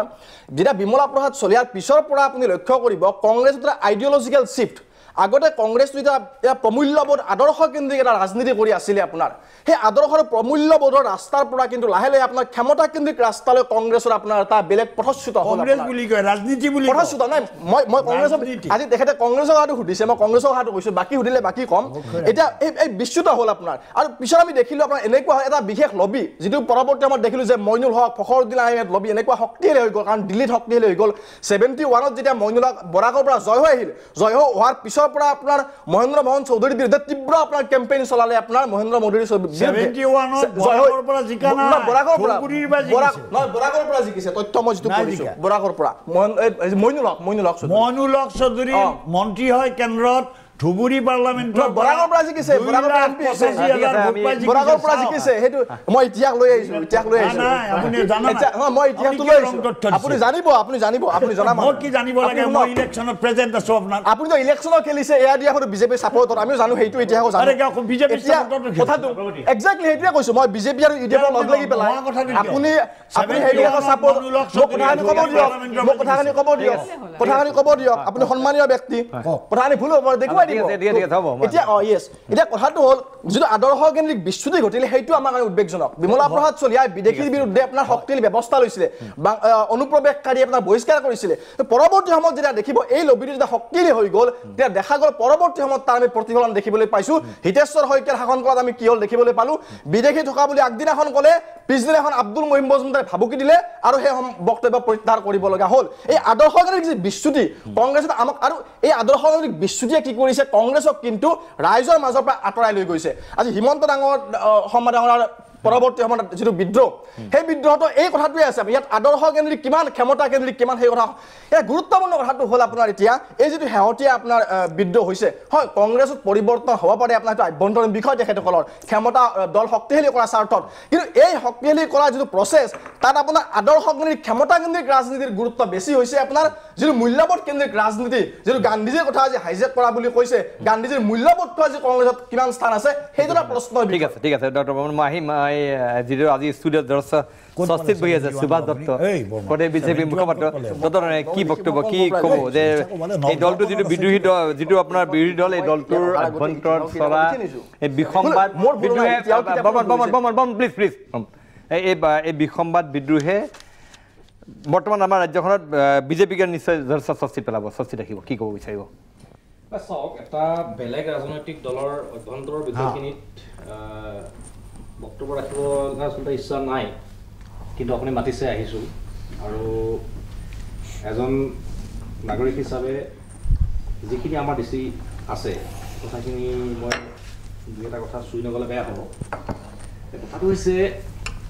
গণতান্ত্ৰিক দেশ এখনত বিৰোধী দলৰ যিটো ভূমিকা থাকিব লাগে সেইটো শক্তিশালী হোৱা উচিত এইটো আমি উপলব্ধি কৰোঁ আৰু যিটো নীতিহীন ক্ষমতা সৰ্বোচ্চ ৰাজনীতি আমাৰ হাইদৰদায়ে খুব কৈ থাকে কথাটো আৰু নীতিহীন ক্ষমতা সৰ্বোচ্চ ৰাজনীতিৰ মানে ভৱিষ্যতটো বা ফলাফলটো ঠিক এনেকুৱা ধৰণে হয়গৈ আৰু মাজে মাজে হাইদৰদায়ে মানে ভাৰতীয় জনতা পাৰ্টীৰ কথা কৈছে কিন্তু মই একেবাৰে ক'ব বিচাৰিছোঁ যে আমি ভাৰতীয় জনতা পাৰ্টীৰ মাননীয় ৰাষ্ট্ৰপতিৰ পৰা আৰম্ভ কৰি আমাৰ একেবাৰে ৱাৰ্ড মেম্বাৰজনলৈকে আমি কোনেও ক্ষমতাৰ বাবে আমি ৰাজনীতি কৰা নাই আমি ৰাষ্ট্ৰ নিৰ্মাণৰ বাবে ৰাজনীতি কৰিছোঁ আৰু সেই প্ৰতিফলনটো আজি গোটেই ভাৰতবৰ্ষতে আমাৰ কাৰ্যকৰ্তাসকলৰ নেতাসকলৰ আচাৰ আচৰণত কথা বতৰাবিলাক ফুটি উঠিছে আৰু তাৰো কিছু ফলশ্ৰুতি এতিয়া হয়তো আপোনালোকৰ দৃষ্টিগোচৰ হ'ব মানে আপুনি ক'ব বিচাৰে যে বিজেপিৰ ক্ষমতা কেন্দ্ৰিক ৰাজনীতি নাই নাই এতিয়া মানে মোৰ কথাটো হৈছে এনেকুৱা ধৰণৰ নহয় ক্ষমতাটো লাগে কিন্তু ক্ষমতাটো ৰাষ্ট্ৰ নিৰ্মাণৰ কাৰণে ক্ষমতাটো ৰাষ্ট্ৰ নিৰ্মাণৰ কাৰণে ঠিক আছে এতিয়া কথাটো খেল নিৰ্মাণৰ কাৰণেও হয় ক্ৰীড়া ক্ষেত্ৰতো নিৰ্মাণৰ এটা কংগ্ৰেছ দলৰ যিটো ব্যৱস্থা কংগ্ৰেছ দলৰ যিটো বৰ্তমানৰ যিটো অৱস্থা এইটো অসমৰ প্ৰেক্ষাপটটোৰ লগে লগে আপুনি ৰাষ্ট্ৰীয় প্ৰেক্ষাপটটো চাব লাগিব আজি ৰাষ্ট্ৰীয় প্ৰেক্ষাপটত তেখেতসকলৰ নেতৃত্ব নাই আৰু ধাৰাবাহিকভাৱে বিভিন্ন নিৰ্বাচনবিলাকত পৰাজয় পোৱাৰ পিছত তেখেতসকলৰ মূল যিজন কাণ্ডাৰী সেইজনে পলাই গৈছে বুলি বিভিন্ন মহলত এতিয়া চৰ্চা হয় গতিকে স্বাভাৱিকতে এটা গুৰিয়ালবিহীন এখন নাৱৰ দৰে এইটো এটা দলত হোৱাটো স্বাভাৱিক কথা আৰু অসমৰ প্ৰেক্ষাপটত আজিৰ তাৰিখত যিখিনি আমি দেখিছোঁ সেইখিনি আমি আগতেও দেখিছিলোঁ আমি যেতিয়া সৰু হৈ আছিলোঁ সৰু হৈ থাকোঁতেও আমি দেখিছোঁ যে এইটো মাজে মাজে তেনেকুৱা ধৰণৰ কথা কিছুমান আহে কিন্তু এতিয়াৰ যিটো বিদ্ৰোহ বা বৰ্তমানৰ তেখেতসকলৰ মাজত চলি থকা যিটো বিদ্ৰোহ আজি চাওক আজি দেৱব্ৰত শইকীয়া ডাঙৰীয়াক অপসাৰণ কৰিব লাগে বুলি যিখন মানে পত্ৰ লিখিছে সেই পত্ৰত স্বাক্ষৰকাৰীসকলৰ ভিতৰত মই দেখিছোঁ যে মাননীয় প্ৰাক্তন মুখ্যমন্ত্ৰী তৰুণ গগৈ ডাঙৰীয়া নাই ঠিক তেনেকৈ কেইবাজনো গুৰুত্বপূৰ্ণ বিধায়কে সেই পত্ৰখনত চহী নাই কৰা আৰু যিসকল বিধায়কে পত্ৰখনত চহী কৰিছে তাৰমানে অসমৰ কংগ্ৰেছৰ ৰাজনীতিটোৰ এতিয়া গতিটো কোনফালে যাব বিচাৰিছে সেই কথাখিনি এতিয়া মানে এটা খুব লক্ষণীয় হৈছে আপুনি যিয়ে নকওক লাগিলে এটা সময়ত হিতেশ্বৰ শইকীয়া ডাঙৰীয়াৰ যিটো অসমৰ ৰাজনীতিৰ যিটো ভূমিকা হিতেশ্বৰ শইকীয়া ডাঙৰীয়াৰ ভূমিকাটো আপুনি অস্বীকাৰ কৰিব নোৱাৰে কাৰণ এনেকুৱা এটা সময়ত হিতেশ্বৰ শইকীয়া ডাঙৰীয়াই অসমৰ ৰাজনীতিত নেতৃত্ব দিছে আৰু সেইকাৰণে হয়তো 2016 চনত কংগ্ৰেছ দলটো বিপৰ্যয়ৰ লগে লগে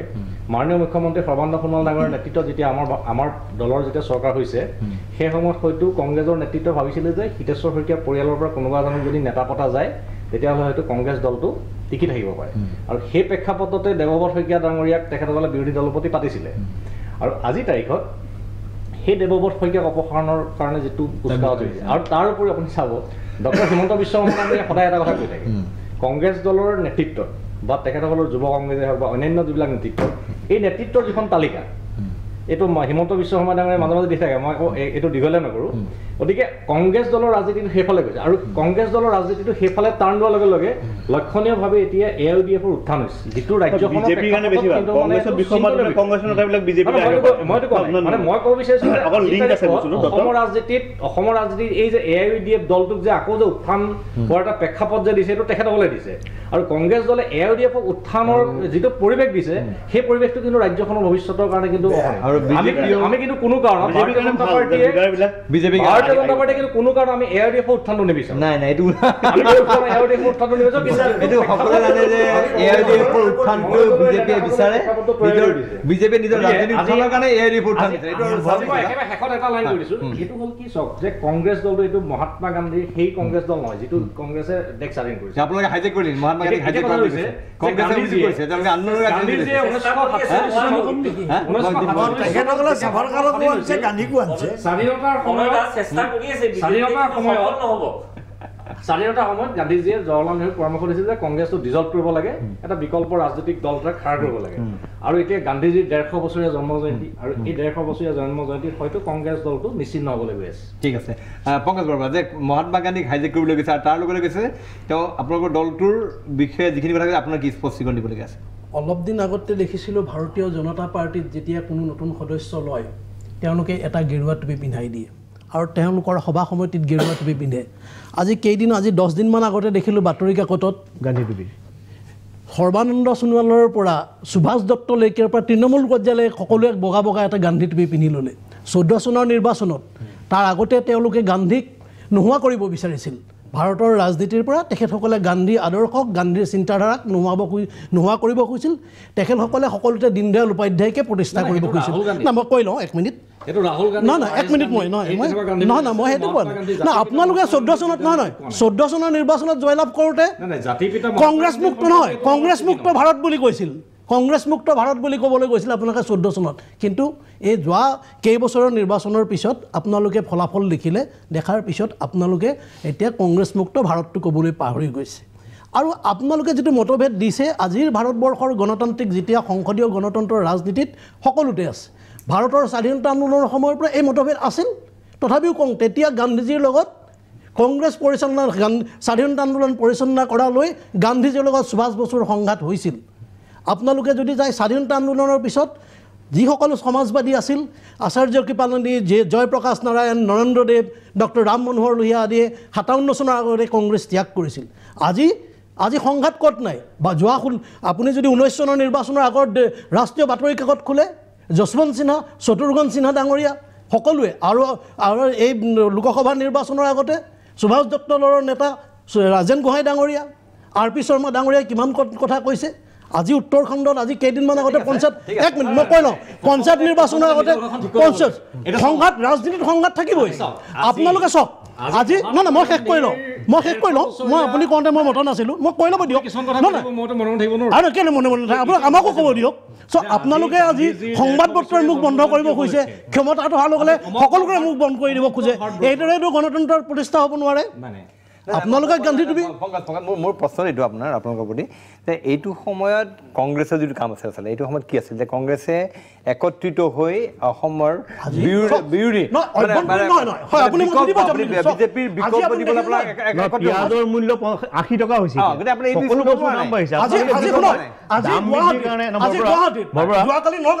যোৱাকালি নগাঁৱত আজি গুৱাহাটীত কাইলৈ সমগ্ৰ জিলাত দেখিব কংগ্ৰেছে এইটো দলৰ অভ্যন্তৰীণ বিষয় কিন্তু কংগ্ৰেছে সকলোৱে আমি ধৰ্ণা প্ৰদৰ্শন কৰিছোঁ চৰকাৰৰ বিৰুদ্ধে নৰেন্দ্ৰ মোদী চৰকাৰৰ বিৰুদ্ধে অসমত সৰ্বানন্দ সোণোৱাল চৰকাৰৰ বিৰুদ্ধে আন্দোলন কংগ্ৰেছে আৰম্ভ কৰিছে আজিৰ পৰা 15 তাৰিখলৈকে আন্দোলন চলি থাকিব ইছ্যু বহুত দিছে আপোনালোকক বৰ্তমানৰ চৰকাৰখন মোদী চৰকাৰ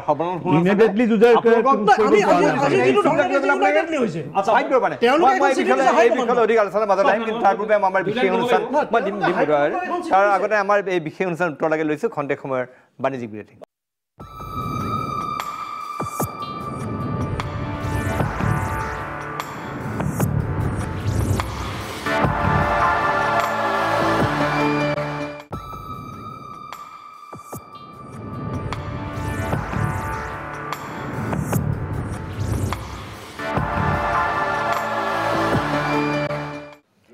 খন্তেক সময়ৰ বিৰতিৰ পিছত পুনৰ উভতি আহিছোঁ প্ৰাগ নিউজৰ বিশেষ অনুষ্ঠান উত্তৰ লাগেৰ মাজলৈ আজি আমি উত্তৰ লাগেত এটা গুৰুত্বপূৰ্ণ প্ৰসংগ এইটো হৈছে বৰ্তমান সময়ত যি সময়ত এটা শক্তিশালী বিৰোধীৰ প্ৰয়োজন আছে সেই সময়ত প্ৰদেশ কংগ্ৰেছত বিভিন্ন কাৰণ তেওঁলোকৰ খোৱা কামোৰা হৈ আছে এই বিষয়লৈ আমি আলোচনা কৰি আছোঁ আমাৰ সৈতে আছে ৰূপজ্যোতি কুৰ্মী তেখেতে কংগ্ৰেছ দলৰ এজন বিধায়ক তেওঁ আমাৰ সাংবাদিক উৎপলৰ সৈতে কথা পাতিছিলে উৎপলক কি কৈছে ৰূপজ্যোতি কুৰ্মী চাই লওঁ আহক হয় প্ৰণৱ বৰদলৈ আচলতে আপুনি কোৱাৰ দৰে আজিৰ দিনটোত অসমৰ ৰাজনীতিত খলকনিৰ সৃষ্টি কৰা কেইবাটা বক্তব্য ৰাখিছে মৰিয়নিৰ বিধায়ক ৰূপজ্যোতি কুৰ্মীয়ে আৰু সদায় আচলতে এই এনেকুৱা ধৰণৰ যিবিলাক বিষয়বিলাকত সততে মাত মাতি আহে আৰু স্পষ্টভাৱে সন্মুখৰ পৰা মাত মাতে কংগ্ৰেছ দলৰ ভিতৰতে হওক বা বাহিৰতে হওক ব্যতিক্ৰম আজিও নহয় আজিও ৰূপজ্যোতি কুৰ্মী ডাঙৰীয়াই বৰ্তমানৰ যিটো কংগ্ৰেছ দলৰ অসম কংগ্ৰেছ প্ৰদেশ কংগ্ৰেছৰ যিটো পৰিৱেশ এই পৰিৱেশটো যেনেকুৱা ধৰণে চাৰিওফালৰ পৰা আচলতে এটা ক্ৰিয়া প্ৰতিক্ৰিয়া হৈছে তাক তেখেতৰ প্ৰতিক্ৰিয়া যে মন কৰিবলগীয়া এই সময়ত আমাৰ লগত তেখেত পোনপটীয়াভাৱে আছে কি কয় তেখেতৰ মুখে আমি জানি ল'ব বিচাৰিছোঁ প্ৰণৱ বৰদলৈ প্ৰথম কথা আপুনি সময় দিয়াৰ কাৰণে ধন্যবাদ আপোনাৰ আজি আপুনি কৈছে যে আপোনালোকৰ দলৰ এটা মই পোনপটীয়া কথাখিনি আমি পোনপটীয়াকৈ পাতিম যে আজি আপুনি এনে এটা কথা কৈছে যে আপোনালোকৰ দলত এজন বিশেষ মানে গেলা কচু মানে গেলা আলু আছে আপোনালোকৰ দলত এটা কথা অসমৰ ৰাইজ আজি সকলোৱে চাই আছে যে এই গেলা আলুজন কোন আৰু আপুনি এজন ব্যক্তি যে এনেকৈ কথাবিলাক কয় স্পষ্টকৈ আহি পেলাই গতিকে গেলা আলুজনৰ বিষয়ে অকণমান জানিব বিচাৰিম মই গেলা আলুজন এনেধৰণৰ তেখেত 2011 চনৰ পিছত পূৰ্ব মুখ্যমন্ত্ৰী তৰুণ গগৈ ডাঙৰীয়াক পৰামৰ্শ দিবলৈ আৰম্ভ কৰিছিল আৰু তাৰপিছতে আৰম্ভ হৈছিল আমি দুজনৰ যদি চাওঁ তৰুণ গগৈ ডাঙৰীয়াৰ পুতেক আছিল বুলি আমি কওঁ এজন হেমন্ত বিশ্ব শৰ্মা এজন ৰকিবুল হুছেইন সোঁহাত বাঁহত আৰম্ভ হৈ গ'ল সেই গেলা আলুজনৰ দ্বাৰা পৰামৰ্শৰ মৰ্মে বিসম্বাদ বা আমাৰ মাজত বিভাজন আৰম্ভ হ'ল 2011 চনৰ পিছতে এনে এটা পৰ্যায় পালে কংগ্ৰেছ দলৰ যে সেই গেলা আলুজনে আমাক ইমান তল পৰ্যায়লৈ লৈ গ'ল মানে গোটেই গেলা মানে আলুটোৱে আমাক গোটেই আলুবোৰ ইমানেই বেয়া কৰি পেলালে যে কংগ্ৰেছ দলৰ 3 বছৰীয়া 3টা কাৰ্যকালৰ চৰকাৰ থকা জনপ্ৰিয় মুখ্যমন্ত্ৰী সেই সময় তৰুণ গগৈ ডাঙৰীয়াৰ চৰকাৰ ছিন্ন বিচ্ছিন্ন আমি শেষ হৈ গ'লোঁ আমাৰ আসন কিমানলৈ কমি আহিল 126টা সমষ্টিৰ গোটেই অসমত 26টালৈ আমাৰ কমি আহিল মাত্ৰ 26জন বিধায়ক আমি জিকিলোঁ 26জন জিকিলোঁ সেই গেলা আলুজনৰ আকৌ চৰিত্ৰটো চাওক 3জনকৈ পৰ্যবেক্ষক আহিলে অসম প্ৰদেশ কংগ্ৰেছ কমিটিৰ মানে সৰ্বভাৰতীয় কংগ্ৰেছ কমিটিৰ তৰফৰ পৰা অসম প্ৰদেশ কংগ্ৰেছ কমিটি লৈ আমাৰ বিৰোধী দলৰ দলপতি কোন হ'ব 26জন বিধায়কৰ পৰা যেতিয়া বাছনি কৰা হ'ল তেওঁ সেই গেলাজনে আকৌ বৰবাদ কৰিবলৈ নিজে ইচ্ছা কৰিলে বিৰোধী দলৰ দলপতি হোৱা সেই সময়তে 23জন বিধায়কে সমৰ্থন জনালে দেৱব্ৰত শইকীয়া ডাঙৰীয়া যাৰ কাৰণে দেৱব্ৰত শইকীয়া ডাঙৰীয়া আজি বিৰোধী দলৰ দলপতি তেওঁক মাত্ৰ সমৰ্থন গেলা আলুজনক 2জন বিধায়কে সমৰ্থন জনাইছে সেই গেলা আলুজনে এনে এটা চৰমপন্থা ল'লেগৈ এতিয়া ব্লেকমেইল কৰি পেলাই কাৰোবাক প্ৰলোভন দি কাৰোবাক ভাত খাবলৈ ঘৰলৈ মাতি মানে এইটো চহী কৰা বুলি যদি কয় কোনে না ক'ব এনেকুৱাকৈ 12জনৰ চহী ল'লে তাৰে 5জনে ইতিমধ্যে আমাৰ লগত যোগাযোগ কৰিলে গতিকে আমি ভুলতে আমি চহী কৰিলোঁ বেয়া পাব নালাগে তাৰমানে তেওঁৰ সমৰ্থনত 7জন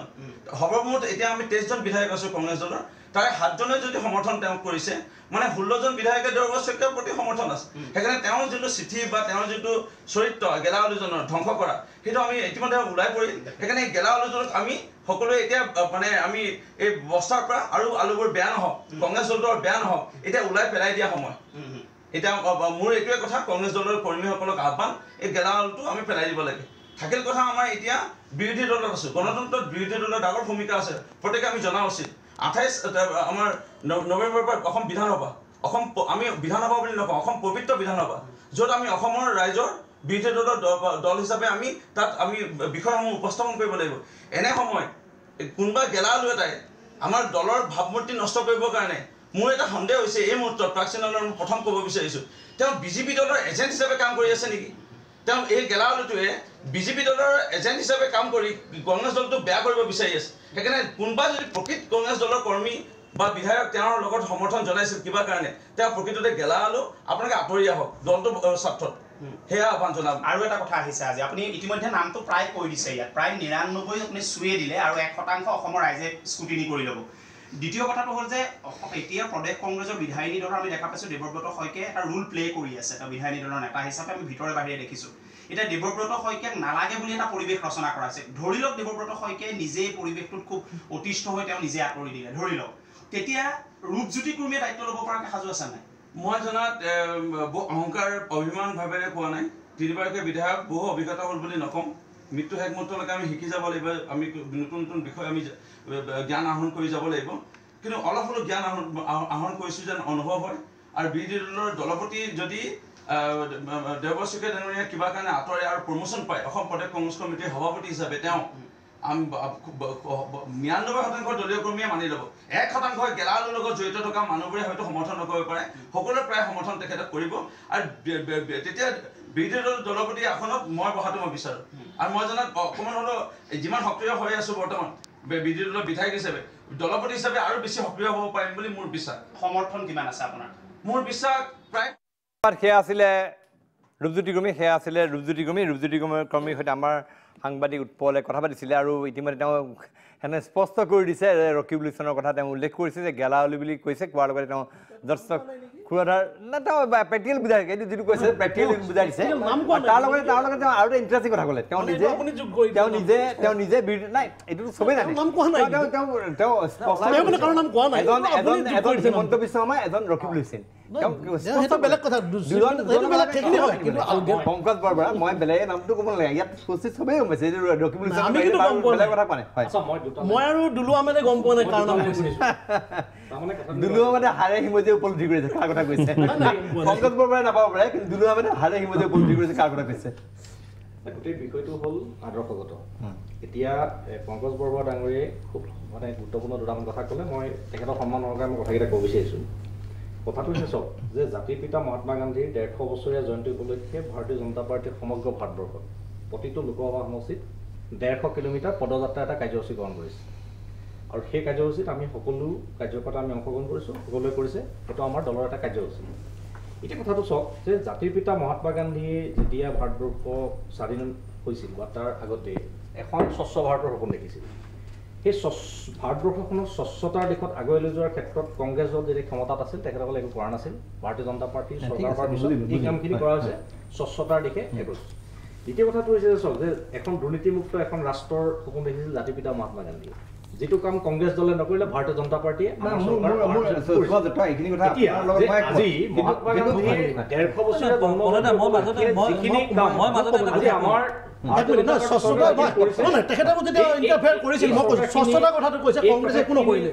কিন্তু নৰেন্দ্ৰ মোদী ডাঙৰীয়াই স্বচ্ছ ভাৰত কৰাৰ কাৰণে স্বচ্ছ ভাৰত টেক্স এটা প্ৰত্যেক মানুহৰ পৰা লৈছে কিন্তু সেইটো আকৌ বেলেগ টেক্স বেলেগ টেক্স লৈছে কিন্তু নিৰ্মল ভাৰত মনমোহন সিঙৰ যিটো নিৰ্মল ভাৰত সেইটোৱে স্বচ্ছ ভাৰত যিটো শব্দটো বদলাই দিছে মনমোহন সিঙে যিটো কৰিছিল নিৰ্মল ভাৰত সেইটোৱে স্বচ্ছ ভাৰত মনমোহন সিঙে যিটো কৰিছিল নিৰ্মল ভাৰত সেইটোৱে নৰেন্দ্ৰ মোদী ডাঙৰীয়াৰ স্বচ্ছ ভাৰত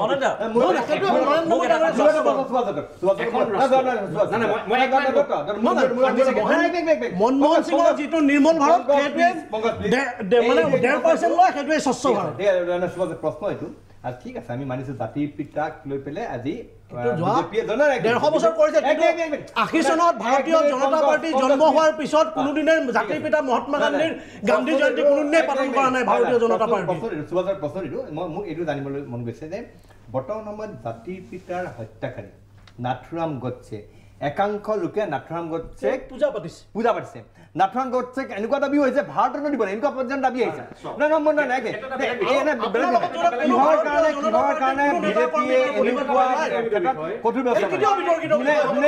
জাতিৰ পিতাৰ বিৰুদ্ধে যোনে জাতিৰ পিতাৰ সন্দৰ্ভত যোনে এই দাবী উত্থাপন কৰিছে তেওঁলোকৰ বিৰুদ্ধে কঠোৰ ব্যৱস্থা কিয় লোৱা নাই কিয় শাস্তিমূলক ব্যৱস্থা লোৱা নাই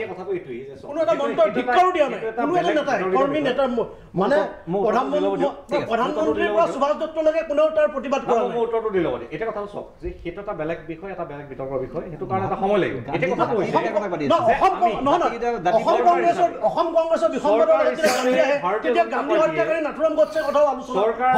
ভাৰতীয় জনতা পাৰ্টি আজি মাননীয় প্ৰধানমন্ত্ৰী নৰেন্দ্ৰ মোদী ডাঙৰীয়াৰ নেতৃত্বত আমাৰ ৰাষ্ট্ৰখনত জাতিৰ পিতা মহাত্মা গান্ধীয়ে যি সপোন দেখিছিল সেই সপোন বাস্তৱত ৰূপায়ণ কৰিবৰ কাৰণে কামে কাজে আজি আমাৰ চৰকাৰখনে কাম কৰিছে সেই কথাখিনিহে মই আপোনালোকক কৈছো যিখিনি কাম কংগ্ৰেছে কৰা নাছিল সেই কামখিনি আজি ভাৰতীয় জনতা পাৰ্টি চৰকাৰে এটা লাইন পংকজ বৰবৰা এইটো ভাল খবৰ নহয় দত্ত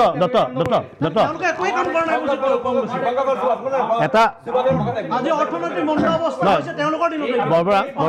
মই এটা বাক্য মাত্ৰ ক'ম দত্ত মই এটা বাক্য মাত্ৰ ক'ম যে আজি বিজেপি দলে গান্ধী আদৰ্শ যে ল'ব গৈছে এইটো চব দেশৰ কাৰণে এটা ভাল খবৰ আপুনি সময়ে সময়ে যেতিয়া মানুহ যেতিয়া ৰাজনীতি সংকট হয় তেতিয়া গান্ধীৰ টুপিটো ব্যৱহাৰ কৰে আপুনি মন কৰিব আন্না হাজাৰে গান্ধী টুপি দুৰ্নীতিৰ বিৰুদ্ধে ব্যৱহাৰ কৰিছিলে অৰবিন্দ কেজৰিৱালে ব্যৱহাৰ কৰিছিলে যেতিয়া সংকট আহে জৱাহৰলাল নেহৰুৱে গান্ধী টুপি খুব সহজতে ব্যৱহাৰ কৰিছিলে পৰৱৰ্তী হয় সন্ত্ৰাসবাদতো ব্যৱহাৰ পৰৱৰ্তী সময়ত বিজেপিয়ে গান্ধীদেৱী ব্যৱহাৰ কৰা মানেই হ'ল যে বিজেপিয়ে কিবা এটা পৰা সংকটমুক্ত হ'ব বিচাৰিছে মই ক'ব দিয়ক মই শেষ কৰিম আপুনি মোক আপুনি ক'ব মই আৰু সেইকাৰণে সেইটো ভাল খবৰ যে বিজেপিয়ে যদি সঁচাকৈ নাথুৰাম গডছে হত্যাকাৰীক যদি তেওঁলোকে সংস্কাৰ হ'ব বিচাৰিছে যদি গান্ধী আদৰ্শ লৈ পেলাই ধৰ্ম নিৰপেক্ষ আদৰ্শ লৈ পেলাই যদি বিজেপিয়ে কাম কৰিব বিচাৰিছে এইটো সমগ্ৰ দেশৰ কাৰণে এটা ভাল খবৰ গতিকে এইটো আমি আদৰণি জনাব লাগে আচলতে গোপীনাথ বৰদলৈ ভাৰত ৰত্ন দিছে ভাৰতীয় জনতা পাৰ্টি সেইটো এটা বেলেগ প্ৰসংগ দ্বিতীয় কথাটো হৈছে ভূপেন হাজৰিকাই ভাৰত ৰত্ন দিছে ভাৰতীয় জনতা পাৰ্টি সেইবিলাকতো কোনেও অস্বীকাৰ নকৰা নাই দত্ত কোনেও অস্বীকাৰ কৰা নাই বল্লভভাই পটেলক ৰাষ্ট্ৰীয় পৰ্যায়ৰ মৰ্যাদা দিছে ভাৰতীয় জনতা পাৰ্টি এইটো নহয় ৰাষ্ট্ৰ যিসকল পুৰুষ বল্লভভাই পেটেলটো ভাৰতৰ উপ প্ৰধানমন্ত্ৰী আছিলে গৃহমন্ত্ৰী আছিলে তেওঁ দিনৰে মহাত্মা গান্ধী হত্যা হৈছিলে আৰু সেইকাৰণে চৰ্দাৰ পটেলক যিদৰে আজি সন্মান দিয়া হৈছে গান্ধী চৰ্দাৰ পটেলক সন্মান সদায় পাই আহিছে যিহেতু ওলাইছে ভাৰত ৰত্ন বিষয়টো মই এইটোৱে ক'বলৈ বিচাৰিছোঁ যে ভাৰত ৰত্ন বা এনেকুৱা পুৰস্কাৰবিলাক এখন ৰাষ্ট্ৰৰ পুৰস্কাৰ হয় এতিয়া ধৰা হওক এজন ব্যক্তিয়ে খুব উৎকৃষ্ট কাম কৰিলে তেওঁ এটা সময়ত সেইখিনি কাম কৰিলে আৰু যিখিনি কামৰ কাৰণে তেওঁ ভাৰত ৰত্ন বা তেনেকুৱা বঁটা পোৱা উচিত সেইখিনি সময়ত চৰকাৰে সেই বঁটাটো প্ৰদান কৰিলে এতিয়া আমি সেইটো ক'ম নেকি যে সেইখিনি সময়ত চৰকাৰ এটা ৰাজনৈতিক দল আছিল সেই দলটোৱে কিন্তু আচলতে মই আমি সাধাৰণ নাগৰিক হিচাপে গতিকে মই ভাবোঁ যে সেই দলটো সেই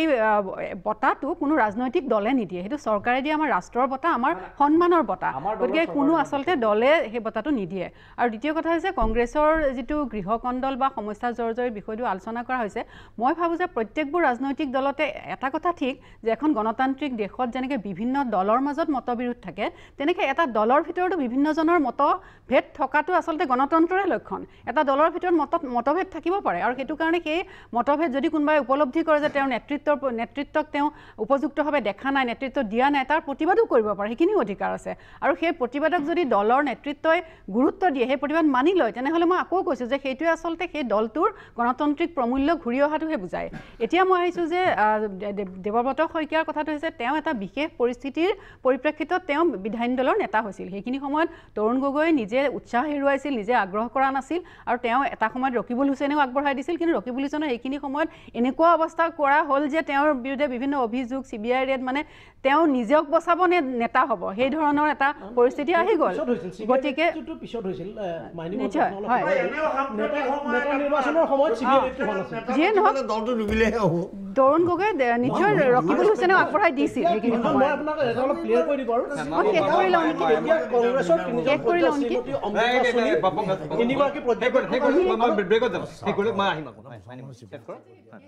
তেওঁ সেইখিনি সময়ত নেতা হৈছিল আৰু এতিয়া সেইখিনি সময়ত আৰু এটা কথা ইণ্টাৰেষ্টিং কথা আছিল যে এইখিনি সময়ত যিখিনি কংগ্ৰেছৰ নেতা বিসম্বাদ কৰি বিজেপিলৈ ওলাই গৈছিল একাংশ ওলাই গৈছিল আৰু একাংশ থাকি গৈছিল সেইখিনিয়ে দেৱব্ৰত শইকীয়াক সেইখিনি সময়ত সমৰ্থন দিছিল এতিয়া কথা হৈছে বিগত সময়ছোৱাত তেওঁৰ কাম কাজৰ ওপৰত নিশ্চয়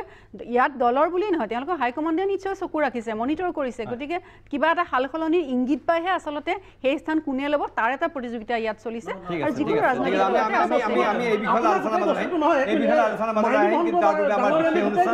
উত্তৰলৈকে লৈছোঁ খন্তেক সময় বাণিজ্যিক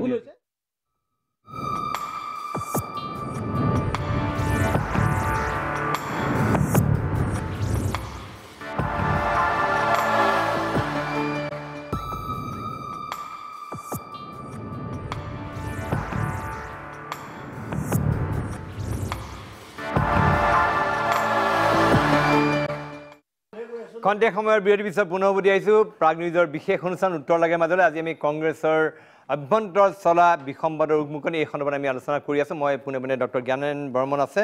জ্ঞানেন বৰ্মনে অথনি বা কিবা এটা প্ৰসংগ উত্থাপন কৰিব বিচাৰিছে হয় বৰ্মন গান্ধীজীক লৈ পেলাই যিটো এটা কংগ্ৰেছ বিজেপি অৰিয়াহৰি চলিছে এটা কথা আমি বুজা ভাল যে এইবোৰ হৈছে আমাৰ জাতীয় নায়ক গান্ধী হওক সুভাষ চন্দ্ৰ বসু হওক এইবোৰ কোনো দলৰ নহয় আপোনাৰ এইবোৰ কংগ্ৰেছৰ নায়ক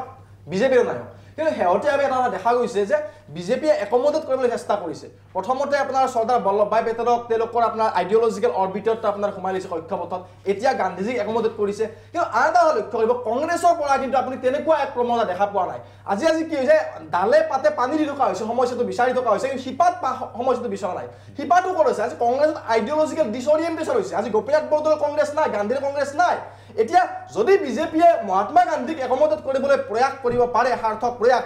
কংগ্ৰেছে কিয় আজি বিবেকানন্দৰ জয়ন্তী পালন কৰিব নোৱাৰে মই সেই ব্যাখ্যাটো বুজি নাপাওঁ গতিকে কংগ্ৰেছে কিছুমান ৰিথিংকিং কৰাৰ প্ৰয়োজন আছে আপোনাৰ এটা আইডিঅলজি এটা কথা আছে কংগ্ৰেছত কিছে চেণ্টাৰতে প্ৰব্লেমটো হৈছে এটা কথা আছে আপোনাৰ ইয়েটছৰ ইংৰাজী সাহিত্য ছাত্ৰ আছে মই কওঁ ইয়েটছে এটা কবিতাত লিখিছে second কামিঙত where the center cannot hold mere anarchy is loosed upon the world আজি কংগ্ৰেছৰ পৃথিৱী যেন এনেকুৱা হৈছে আপোনাৰ যে চেণ্টাৰ দুৰ্বল এতিয়া আপোনাৰ চেণ্টাৰ দুৰ্বল কাৰণে আপোনাৰ কি হৈছে বাকী আপোনাৰ শাখা প্ৰশাখাবিলাকত দুৰ্বল হৈ পৰিছে আজি অসম কংগ্ৰেছত শক্তিশালী নেতা অসমত সৰ্বগ্ৰহণযোগ্য এজন নেতাৰ নাম আপুনি ক'ব নোৱাৰে তৰুণ গগৈ সৰ্বগ্ৰহণযোগ্যতা লাভ কৰিছিলে খিলঞ্জীয়া আবেগক খিলঞ্জীয়া চেণ্টিমেণ্টক জাগ্ৰত কৰিব পাৰিছিলে যেটা হুইজ বদৰুদ্দিন আজমললৈ প্ৰশ্ন কৰিছিলে আজি কংগ্ৰেছত সেই অসমীয়া জাতীয়তা এই অসমীয়া জাতীয়তা ক'ব নিদিয়ে এতিয়া মানে অসমৰ জাতীয় সত্তাক অসমীয়া জাতীয় সত্তাক আপিল কৰিব শক্তিৰ নেতা এটা কিন্তু আজিৰ তাৰিখত আমি দেখুৱাই দিব নোৱাৰে আজি ৰকিবুল হুছেইনে আপোনাৰ এইদৰে বাদ বিহম আৰম্ভ কৰিছে কওকচোন ৰকিবুল হুছেইনে অসমৰ সকলে গ্ৰহণ কৰিব নেকি কোনো পৰ্যায়ত গ্ৰহণ নকৰি আপোনাৰ কংগ্ৰেছত ডুবিছে আকৌ বেছিকৈ ডুবিব আপোনাৰ স্পষ্ট যিবিলাক কথা আমাৰ দেখাৰ এইটো প্ৰাইমাৰ বেছি কথা এইটো আপোনাৰ গতিকে ঠিক তেনেদৰে কংগ্ৰেছত লিডাৰ কোন আছিলে আৰু কি আছে বৰ্তমান যিজন প্ৰেচিডেণ্ট আছে আপোনাৰ সেই প্ৰেচিডেণ্টজনে আপোনাৰ আজি টু চাইল্ড নৰ্মছৰ ক্ষেত্ৰত আপোনাৰ ARDFৰ ফলত সুৰমিলা কথা কৈছে টু চাইল্ড নৰ্মছটো বিৰোধিতা কৰিছে জনসংখ্যা বিস্ফোৰণ ঘটিছে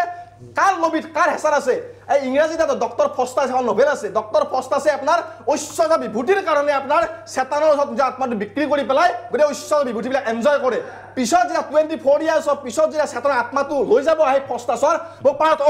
মনত পৰে ভগৱান মোক ৰক্ষা কৰা মোৰ আত্মা তেতিয়া কৈছে যে মোৰ লগত চুক্তি কৰিছা 24 বছৰ চুক্তি লাখ বিলাখৰ পিছত আত্মাটো মোক দিব লাগিব এই ৰিপুন বৰা ডাঙৰীয়াৰো এনেকুৱা হৈছে এতিয়া সেই লবি এটা বিশেষ লবিৰ হেঁচাত তেওঁ নাচি আছে নাচি পেলাই আপোনাৰ ৰাজনৈতিক ক্ষমতা ল'ব বিচাৰিছে কিন্তু অসমৰ জাতীয় সত্তাৰ পৰা কিন্তু তেওঁ আঁতৰি গৈ আছে আজি কংগ্ৰেছত অসমৰ জাতীয় সত্তাক প্ৰতিনিধিত্ব কৰিব পৰা শক্তিৰে কণ্ঠ আজি বাৰুকৈ ঠিক আছে মই হাই দিছোঁ আপোনাৰ ওচৰত কৈছে এই যিটো কথা কৈছে যে বৰ্তমান সময়ত কংগ্ৰেছৰ সৰ্বজন ৰাজ্য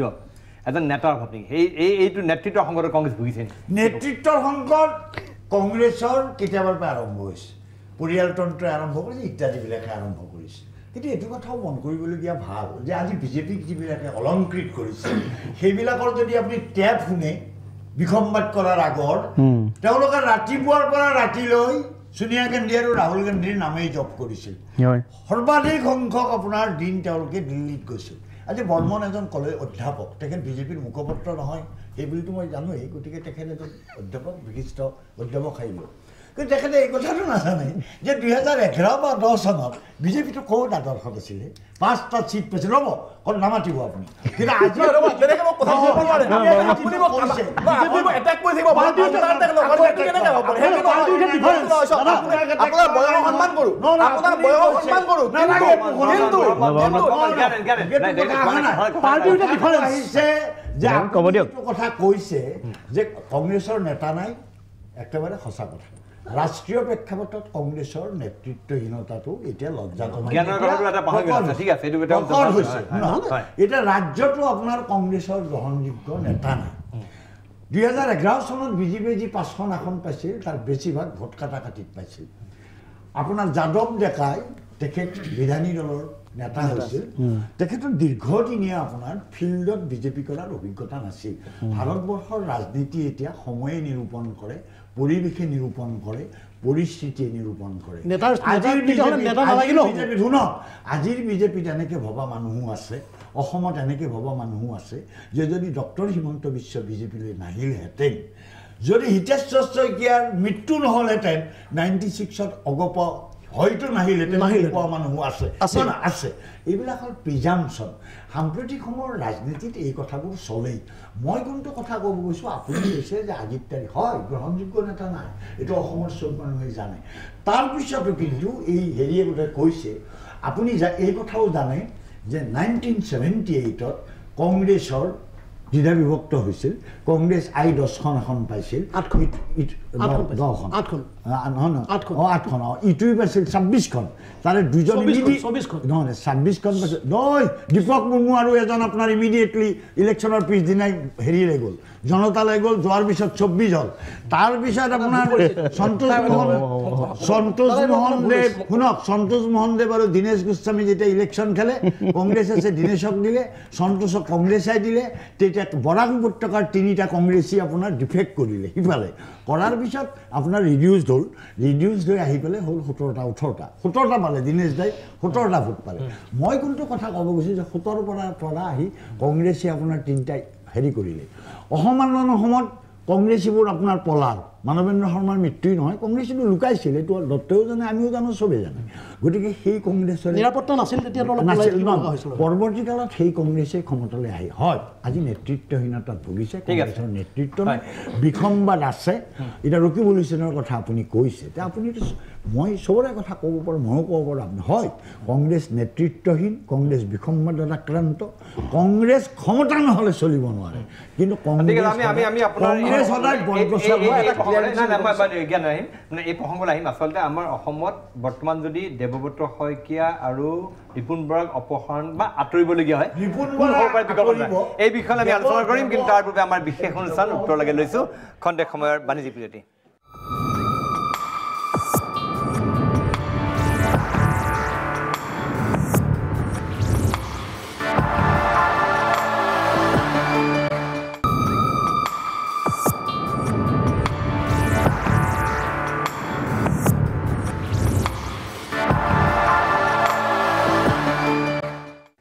খন্তেক সময়ৰ বিৰতিৰ পিছত পুনৰ উভতি আহিছোঁ প্ৰাগ নিউজৰ বিশেষ অনুষ্ঠান উত্তৰলৈকে মাজলৈ আজি আমি উত্তৰলৈকে এটা গুৰুত্বপূৰ্ণ প্ৰসংগৰ উত্তৰ বিচাৰি আহিছোঁ সেয়া হৈছে আমাৰ ৰাজ্যৰ প্ৰধান বিৰোধী দল কংগ্ৰেছত আচলতে বিসম্বাদৰ উকমনি কিহৰ কাৰণে হৈছে এই বিষয়ে কথা পাতি আছোঁ দুলু আহমেদ কি হ'ব পাৰে এতিয়া এই পৰিস্থিতিত এতিয়া আজি যিটো খবৰ আছে যে ইতিমধ্যে হৰিশ ৰাৱতক এই গ্ৰুপটোৱে লগ ধৰিছে ৰমেশ আপোনালোকৰ জয়ৰাম ৰমেশক লগ ধৰিছে কি হ'ব পাৰে নেতৃত্ব সলনিৰ দিশে যাবই পাৰে নেকি কথাটো এনেকুৱা ধৰণৰ যে অলপ আগে আমাৰ মাইনী মহন্ত ডাঙৰীয়ানী এটা কথা ক'লে যে নিশ্চয় কিবা ওপৰৰ ফালৰ পৰা কিবা নিৰ্দেশ আছিল নেকি যাৰ কাৰণে এইটো প্ৰক্ৰিয়া হৈছে তেনেকুৱা ধৰণৰ একো কথা কিয় নাই কাৰণ আপোনালোকে চাব যে যদি বিধায়কৰ স্বাক্ষৰটোৱে যদি আল্টিমেট হ'ল হয় তেতিয়াহ'লে হাইকমাণ্ড বোলা বস্তুটো আমাৰ নাথাকিলে হয় কাৰোবাৰ কিবা খুব আছে বিৰোধী দলপতিৰ প্ৰতি তেখেতসকলে লিখিতভাৱে এখন জনাইছে 1.5 মাহ আগে জনাইছিলে পত্ৰখন আজি প্ৰকাশ পাইছে এতিয়া মই ক'ব বিচাৰিছোঁ কি যদি বিধায়কৰ স্বাক্ষৰতে ইমিডিয়েট যদি বিৰোধী দলপতি চেঞ্জ হয় তেতিয়া আপুনি এটা 14 আমাৰ 2014 বৰ্ষলৈ যাওক হিমন্ত বিশ্ব শৰ্মা ডাঙৰীয়াক মুখ্যমন্ত্ৰী দিব লাগে বুলি 53জন বিধায়কে স্বাক্ষৰ কৰিছিল 56 আৰু এগৰাকী মন্ত্ৰীয়ে বস্তুটো সমস্যাটো সমাধান কৰিবলৈ মল্লিকাৰ্জুন খাৰ্গেক কৈ আছিল আচ্ছা খাৰ্গে আছিল হাইকমাণ্ডৰ কাৰণেতো নোৱাৰিলে মই তাকে কৈছোঁ মই হেতুতে কৈছিলোঁ যে প্ৰক্ৰিয়া বুলি ক'লে এটা ভুল মেছেজ কেতিয়াবা ওলাই যায় এই ধৰণৰ প্ৰক্ৰিয়া নহয় নিজৰ মত প্ৰকাশ কৰিছে বিধায়কসকলে কিন্তু মতটো প্ৰকাশ কৰাৰ পিছত সেইটো যদি আমাৰ দলীয় হাইকমাণ্ডৰ তাত যেতিয়া যাব সেইটোৰ ওপৰত চালি জাৰি চাব সেই প্ৰক্ৰিয়াটো কিন্তু আজি হোৱা নাই ইয়াতে আজি মানে আপুনি বুজা নাই মই কৈছোঁ যে আপুনি যিটো কথা ক'লে যে হিমন্ত বিশ্ব শৰ্মাক মুখ্যমন্ত্ৰী কৰিব লাগে বুলি ইমানখিনি বিধায়কে স্বাক্ষৰ দিয়াৰ পিছতো তৰুণ গগৈ আঁতৰাব নোৱাৰিলে হাইকমাণ্ডে নিদিলে এতিয়া মই কৈছোঁ যে ইমানখিনি বিধায়কে স্বাক্ষৰ দিছে তাৰপিছত যদি হাইকমাণ্ডে দিয়ে নিদিয়ে দুটা কথা হ'ব যদি এই স্বাক্ষৰখিনি সন্মান জনাই দিয়ে তেনেহ'লে মই ক'ম যে আপোনালোকৰ দলটোত তাৰমানে গণতান্ত্ৰিক প্ৰমূল্য ঘূৰি আহিছে হাইকমাণ্ডটো কি কৰে কেতিয়াবা স্বাক্ষৰ বাৰজন বিধায়কৰ কথা মতে যদি হাইকমাণ্ডে পটকে বদলাই দিলে 12জন বুলি নহয় আৰু 12জন বিধায়ক আজি চাব তো চবতকৈ ইম্পৰ্টেণ্ট কথা মটিভটো কি বাইদেউ আপোনাৰ কথাটো খুব সত্য কথা ক'লে যে 12 গৰাকী বিধায়কে 13 গৰাকী বিধায়কে চহী কৰাৰ পিছত কিবা এটা প্ৰক্ৰিয়া হৈছে অলপ আগে ৰুজুতি কুৰ্মী ডাঙৰীয়া যিটো ষ্টেটমেণ্ট দিলে 5জন ঘূৰি আহিছে 7জন আছে কিবা এটা মটিভটো কি আচলতে মই কিন্তু কৈছিলোঁ যে বিধায়কসকলে কিবা এটা বিৰোধী দলপতিৰ প্ৰতি সুবিধা হৈছে তাত কোনো ডাঙৰ কথা নহয় কিন্তু সুবিধা হোৱাত পত্ৰখন যে আজি 1.5 মাহ পিছত ইমান হৈ হাল্লা হৈছে সেই ধৰণৰ একো ইস্যুৱে নাই তেনেকুৱা আৰু এই ধৰণৰ ইস্যু যদি খুব গুৰুত্বপূৰ্ণ হয় তেতিয়া দিল্লী হাইকমাণ্ড আমাৰ হাইকমাণ্ড বোলা বস্তুটো আছে আমাৰ বিধায়কসকলে শেষ নহয় বিধায়কসকলে আমাক হাইকমাণ্ডে বিধায়ক আমাৰ বিৰোধী দলপতি বনায় মুখ্যমন্ত্ৰী বনায় বা আমাৰ উপদল যিবোৰ আমাৰ পদবী থাকে গতিকে এই বিষয়টো যে আজি 6-7 গৰাকীকৈ আমাৰ ৰাষ্ট্ৰীয় পৰ্যায়ৰ নেতা আহিছে আৰু পাছত কোনোবা এটা দুষ্ট চক্ৰ এতিয়া মই নাম নকলেও মই আপোনাক কৈছোঁ যে এইখন 1.5 মাহ পিছত লিক কৰি দিছে এইবিলাক প্ৰপাৰলি ইনকুৱাৰী হ'ব লাগে আমি দাবী কৰিম নহয় দুলো সমস্যাটো আপোনালোকে যিটো সময় বৰবৰ এক মিনিট ক'ব যিটো সময়ত মানুহৰ মূল সমস্যা কথা পাতিব লাগে সেইটো আপোনালোকে বেলেগ বেলেগ বিষয় আলোচনা কৰি ডাইভাৰ্ট কৰি দিছে আপোনালোকৰ লগত আপোনাৰ নহয় হাইদৰা একেসকলৰ লগত শাসকীয় দলৰ কোনোবা এজেণ্ট আছে এজেণ্ট জড়িত থাকে কংগ্ৰেছ দলৰ লগত শাসকীয় দলৰ কোনোবা নিশ্চয় এজেণ্ট জড়িত হৈ আছে যি সময়ত মানুহৰ মূল সমস্যা মূল্য বৃদ্ধি হৈছে আপোনালোকে কেবৰ সমস্যা আছে আপোনালোকৰ দলৰ ভিতৰত কোনো কাজিয়া পেচাল লাগি পেলাই আপোনালোকে সময় নষ্ট কৰিছে আপোনাৰ মধ্যাহ্ন ভোজনৰ নামত ল'ৰা ছোৱালী কি অৱস্থা হৈছে মধ্যাহ্ন ভোজনৰ নামত সেইবিলাক আপোনালোকৰ মাত মাতিবলৈ সময় নাই নহয় আপোনালোকে মূল বিষয় নষ্ট কৰি মই প্ৰণয়দা মই কোনটো ক'ব খুজিছোঁ যে আজি আপোনাৰ মই সংবাদ মাধ্যমক অনুৰোধ কৰিছোঁ যে এই বিধায়কখনৰ এই 1.5 মাহ আগৰ পত্ৰখন লৈ ইমান বিতৰ্ক নকৰিব এইটো যদি এক খুব বিহিত ব্যৱস্থা ল'লে হয় 1.5 মাহ আগতে কিবা এটা হ'ল হয় এতিয়া হোৱা নাই সংবাদ মাধ্যমত যেতিয়া এই বাতৰিত প্ৰকাশ পাব যে 24 জন বিধায়কৰ 12 বা 13 জন বিধায়কে বিসম্বাদ 5 জন আমাৰ ৰূপজ্যোতি কুমিনামৰে নিউজ নহয় ৰূপজ্যোতি কুমিনামৰে এতিয়া আপোনালোকে এইটো কওক নহয় আপোনালোকে এইটো কওক যে শুনক এওঁলোকে যিয়ে নকওক আজিৰ তাৰিখত ই কংগ্ৰেছৰ কাৰণে এটা অশুভ বাৰ্তা হয় যে অসমৰ সমস্যা জৰ্জৰ অসমত কালি কেব আহি আছে কালি নাগা চুক্তি হৈ আছে কালি NDA বিল লগত চুক্তি হ'ব ইত্যাদি বহুত কথা এনেকুৱা সময়ত কংগ্ৰেছটো বিৰোধী দলৰ ভূমিকা সঠিকভাৱে পালন কৰিবৰ কাৰণে ঐক্যবদ্ধ হয় কিন্তু এই ঘটনাই এইটো প্ৰকট কৰিছে যে অসমৰ স্বাৰ্থ আৰু তেওঁলোকৰ কোনো গুৰুত্ব নাই স্বাৰ্থতকৈ ব্যক্তিগত স্বাৰ্থক অগ্ৰাধিকাৰ দিয়াৰ যিটো ৰাজনীতি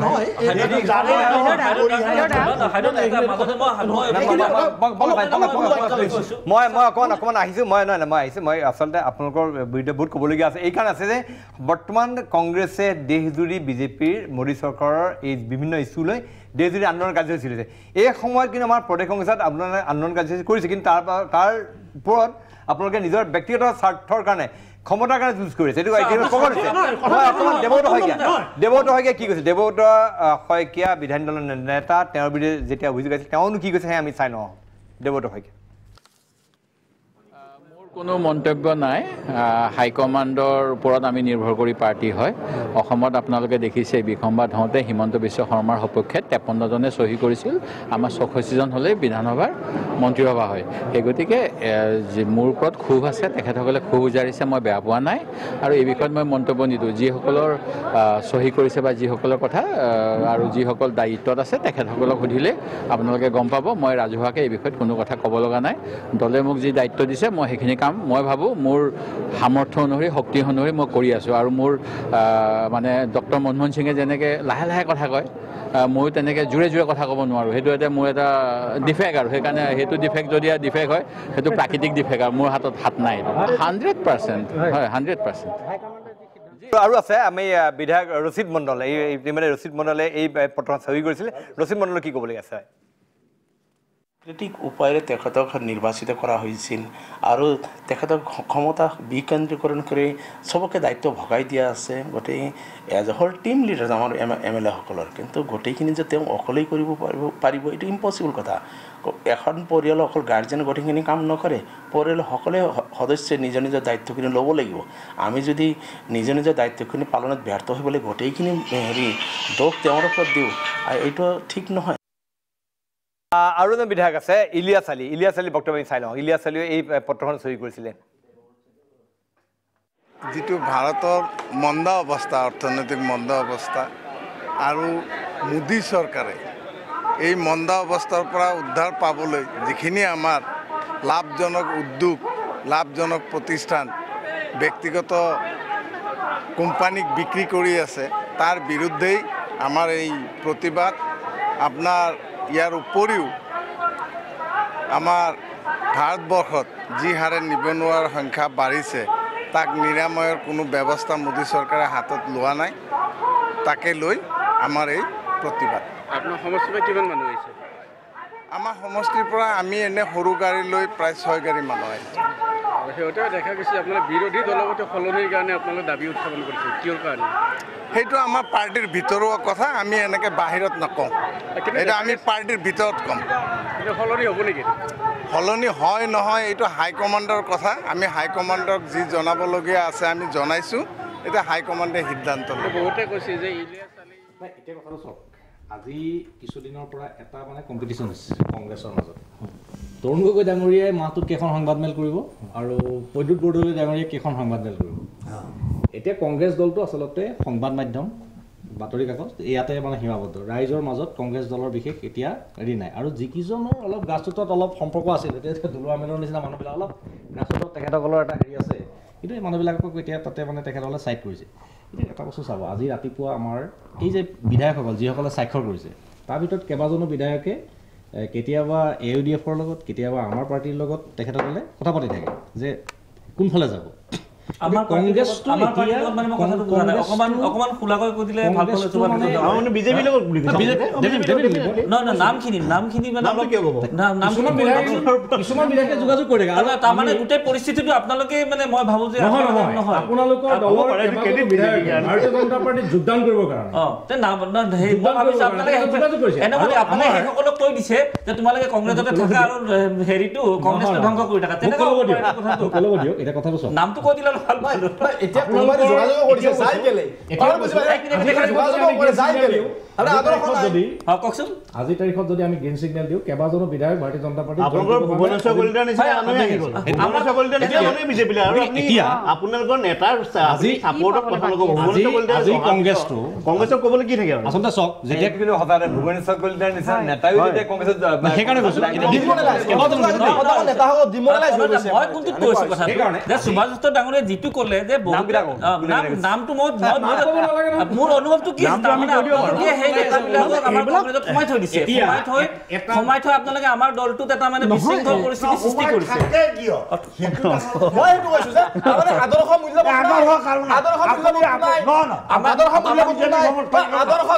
আমাকো ৰক্ষা দিয়ক জীয়াই নাই বুলি ক'লে আপুনি মই বিশ্বাস নকৰো আজিও আদৰ্শ মূল্যবোধ জীয়াই আছে সেইকাৰণে ৰাজনীতি আদৰ্শ মূল্যবোধ নথকা ৰাজনীতি আছে কিন্তু আদৰ্শ নাইকিয়া সম্পূৰ্ণ জিৰ' হৈ যোৱা বুলি আপুনি কোৱা কথা মই বিশ্বাস বামপন্থী দলকেইটাৰ বাহিৰে নহয় বামপন্থী দলবিলাকৰ একে অৱস্থা যোৱা লোকসভা নিৰ্বাচনৰ আগত পশ্চিমবংগত বামপন্থীৰ 7জন বিধায়কে তৃণমূল কংগ্ৰেছতো গৈছে বিজেপিতো গৈছে আজি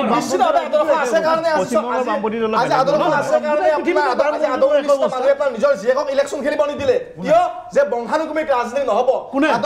আদৰণীজী যেতিয়া জীয়েকক ইলেকশ্যন খেলিব দিছিলে গান্ধীনগৰৰ পৰা আদৰণীজীয়ে ক'লে যে মই গোটেই জীৱন ডাইনেষ্টিৰ বিৰোধিতা কৰিছো এতিয়া মই মোৰ ছোৱালীক ইলেকশ্যন খেলিব দিলে মই ডাইনেষ্টিক ছাপোৰ্ট কৰাব গতিকে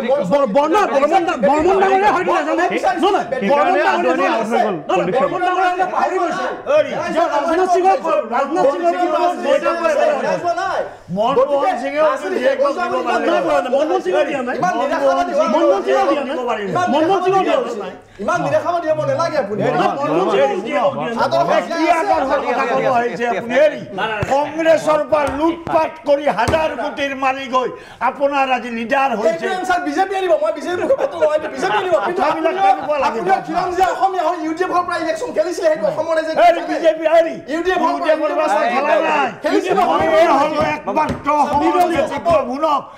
চাপোৰ্ট বিজেপি কিয় চাপোৰ্ট দিছিলে বিজেপি কিয় আপোনাৰ গুৰু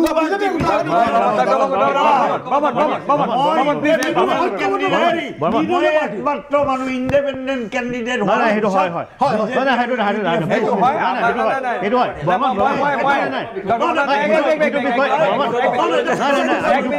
আমি দুখ পাইছো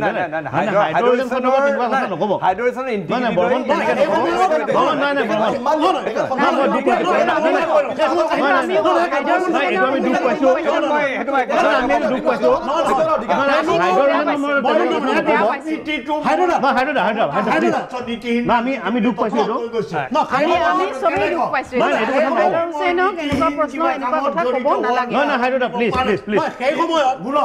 মই যদি আপোনাৰ সন্মান আপুনি জ্যেষ্ঠ মই সন্মান কৰো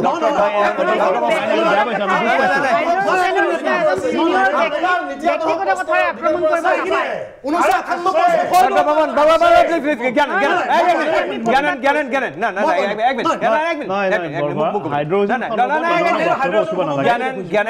এই কথাটো কোনো পদ্ধতি গ্ৰহণযোগ্য নহয় হাইড্ৰৱেশ্যনৰ ইণ্টিগ্ৰিটি লৈ পেলাই প্ৰশ্ন কৰাটো আমি উচিত নহয় কি কৰিছে কিন্তু আমি দেখি আছো আজি তেওঁ কাকো স্পেয়াৰ কৰা নাই কি কংগ্ৰেছ কি বিজেপি কাকো এৰা নাই কি কাকো এৰা নাই আজি এইটো আমি সদায় দেখিছো আজি তেওঁ কেতিয়াও পক্ষ লোৱা নাই সদায় বিজেপিৰ উমৈহতীয়া পাৰ্টি হাইড্ৰৱেশ্যন ডাঙৰীয়াই যেতিয়া প্ৰতিদ্বন্দ্বিতা কৰিছিল তেতিয়া কংগ্ৰেছ শাসনত আছিল আৰু কংগ্ৰেছৰ পাৰ্টিক পৰাজিত কৰিবৰ কাৰণে ভাৰতীয় জনতা পাৰ্টি আৰু UDF-এ সন্মিলিতভাৱে নিৰ্দলীয় প্ৰাৰ্থী হিচাপে এখন বিশিষ্ট তেখেতক চবে তেওঁ মিলাই তেওঁক প্ৰাৰ্থী হিচাপে থিয় কৰাইছিল আৰু দুটা কথা মই কৈ লওঁ ডক্টৰ ডাঙৰীয়াই কৈছে যে বিজেপিৰ কংগ্ৰেছৰ কেইজনমান বিধায়ক আমিও অভিযোগ ভাৰতীয় জনতা পাৰ্টি নহয় গণতান্ত্ৰিক দেশত গণতান্ত্ৰিক ব্যৱস্থাত সংসদীয় গণতন্ত্ৰত ইটো দলৰ পৰা সিটো দললৈ বৰ্তি আহি থাকিব কোনো কৰিব নালাগে সঞ্জয় সিং বোলা মানুহটোক এটা অপৰাধী এতিয়া আকৌ বিজেপিত গৈছে আপুনি নীতি আদৰ্শৰ কথা ক'ব আজি ভাৰতীয়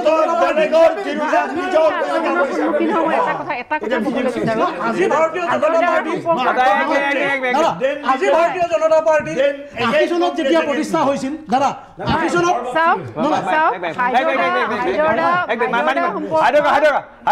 সম্পৰ্কত তেখেতে যিটো কথা ক'লে আমি খুব দুখ পাইছোঁ সেইটো কাৰণে আমাৰ মনলৈ আহিছে যে যিসকল মানুহে নিৰপেক্ষভাৱে কথাবোৰ বিশ্লেষণ কৰি আছে কোনো পক্ষ নোলোৱাকৈ কেনেকৈ ভুগিব লাগে মই এটা উদাহৰণ দিওঁ যেতিয়া মই ধৰ্ম নিৰপেক্ষতাৰ কথা কওঁ তেতিয়া মই তথ্য সহকাৰে কৈছোঁ দেই মোৰ আছে চিঠি তেতিয়া চিঠি লিখে যে আপুনি মুছলমানৰ উকিলনি বুলি মোলৈ চিঠি আহে আৰু যেতিয়া 3 তালাক বিধেয়কক উঠাই দিয়াৰ কাৰণে ছাপোৰ্ট কৰি পেলাই লিখিছোঁ যে এইটো ভাল কাম হৈছে তেতিয়া মুছলমান বুদ্ধিজীৱীয়ে লিখে যে আপুনি আপোনালোকৰ হিন্দু মহিলাসকলৰ কথা চিন্তা কৰক আমাৰ মহিলাৰ চিন্তা কৰিব নালাগে দুইটা কিন্তু আছে দেই দুখন চিঠি মোৰ লগত আছে এইটো মই কৈছোঁ যে আমি নিৰপেক্ষ কথা এক মিনিট ঠিক আছে আমি সেই সংখ্যালৈ আহিম কিন্তু তাৰ আগতে আমি আকৌ এটা কথা পাতিবলগীয়া আছে আচলতে প্ৰদেশ কংগ্ৰেছত বা কংগ্ৰেছৰ বিকল্প নেতা কোন হ'ব পাৰে কোন আছে সৰ্বজন গ্ৰাহ্য নেতা এই বিষয়ে কথা পাতিম কিন্তু তাৰ পূৰ্বে লৈছোঁ খন্তেক সময়ৰ বাণিজ্যিক বিৰতি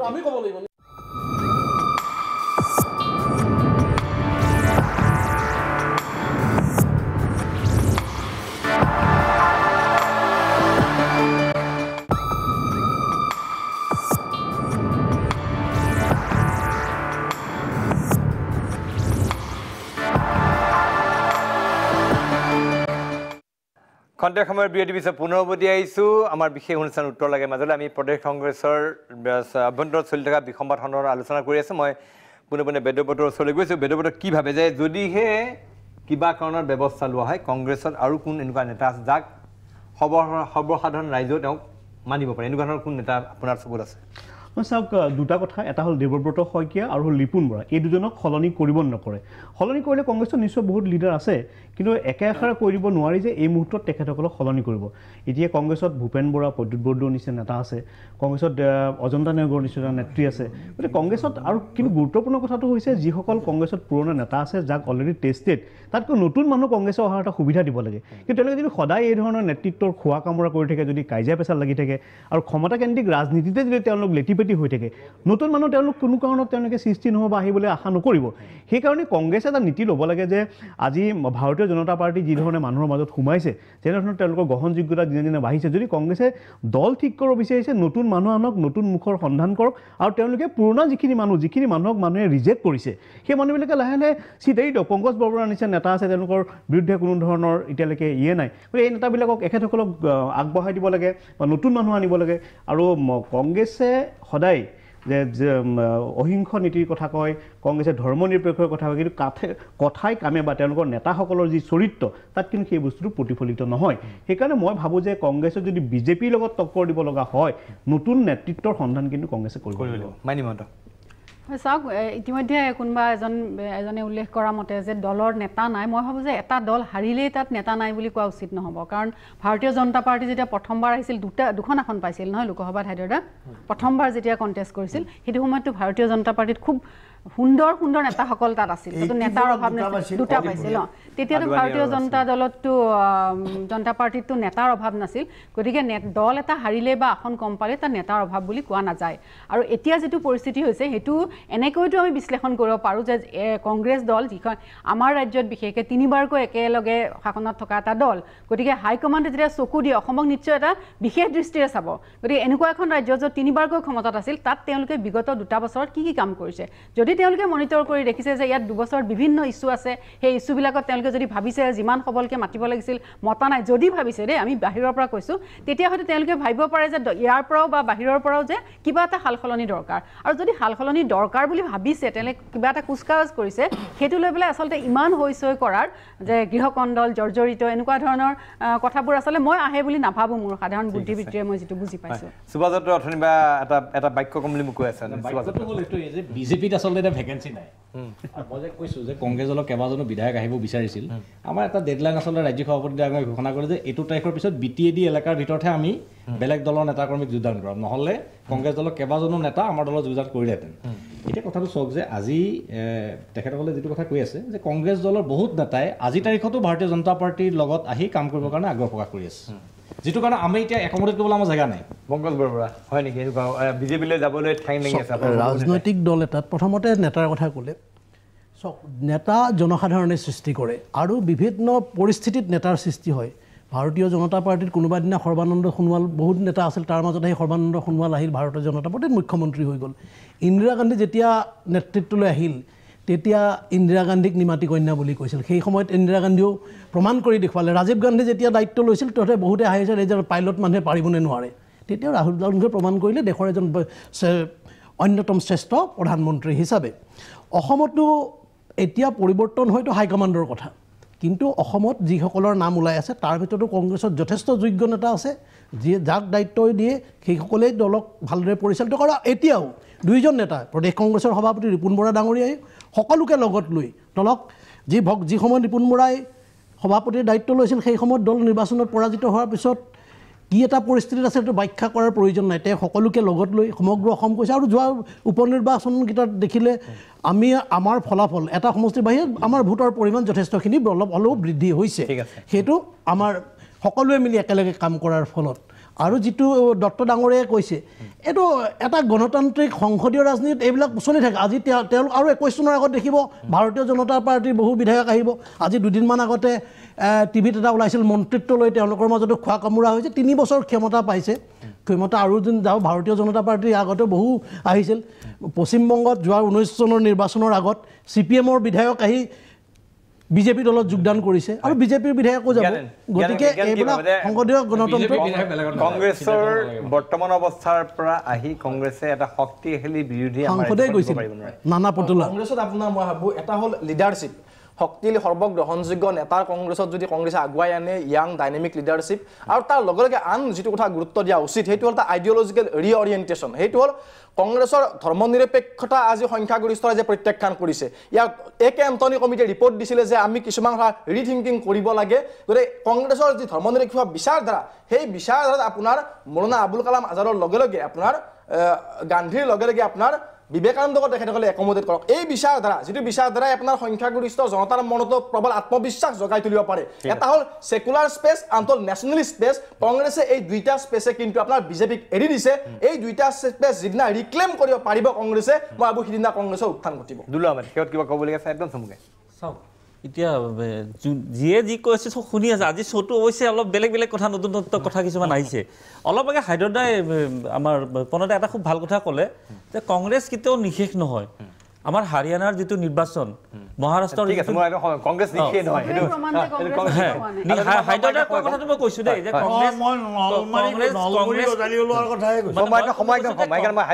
কংগ্ৰেছৰ বিতৰ্ক থাকিব পাৰে কিন্তু কংগ্ৰেছক কোনো একদম পাৰ্মানেন্টলি উঠিব কোনো দলৰ সভাপতি শিথিল গণভিত্তিক দলবিলাকত সভাপতি হোৱাৰ প্ৰধান কোৱালিটি হ'ল তেওঁ ধন সংগ্ৰহৰ সামৰ্থ্য থাকিব লাগিব এক দুই হ'ল তেওঁৰ আপোনাৰ সকলো জনগোষ্ঠীৰ মাজত কম বেছি পৰিমাণে সৰ্বগ্ৰহণযোগ্য শব্দটো এইটো থাকিব লাগিব সৰ্বগ্ৰহণযোগ্যতা কাৰো নাই সৰ্বানন্দৰো নাছিল হিমন্তৰো নাছিল হিমন্তৰ কৌশলী ৰাজনীতি সাম্প্ৰতিক সময়ত সকলোতকৈ সফল কৌশলী ৰাজনীতিক হ'ল ইয়াত হিমন্ত বিশ্ব শৰ্মা কিন্তু এইটোৱে আকৌ আপোনাৰ আদৰ্শৰ জয় ঢোল বজাব পৰা এটা ঢোল নহয় সি যি কি নহওক মই ক'ব গৈছোঁ যে কংগ্ৰেছত আজিৰ তাৰিখত ক্ৰাইচিছটো হ'ল এখেতসকলৰ ধনবিদ তুলিব পৰা সামৰ্থ্যৱান আৰু সকলো মানুহৰ ন্যূনতম গ্ৰহণযোগ্যতা থকা এজন নেতাৰ অভাৱ 2 মই আজিৰ তাৰিখত বিশ্বাস কৰোঁ যে বিধায়ী দলৰ নেতা ইয়াত সলনি নহয় সভাপতিজন সলনি হোৱাৰ সম্ভাৱনা প্ৰবল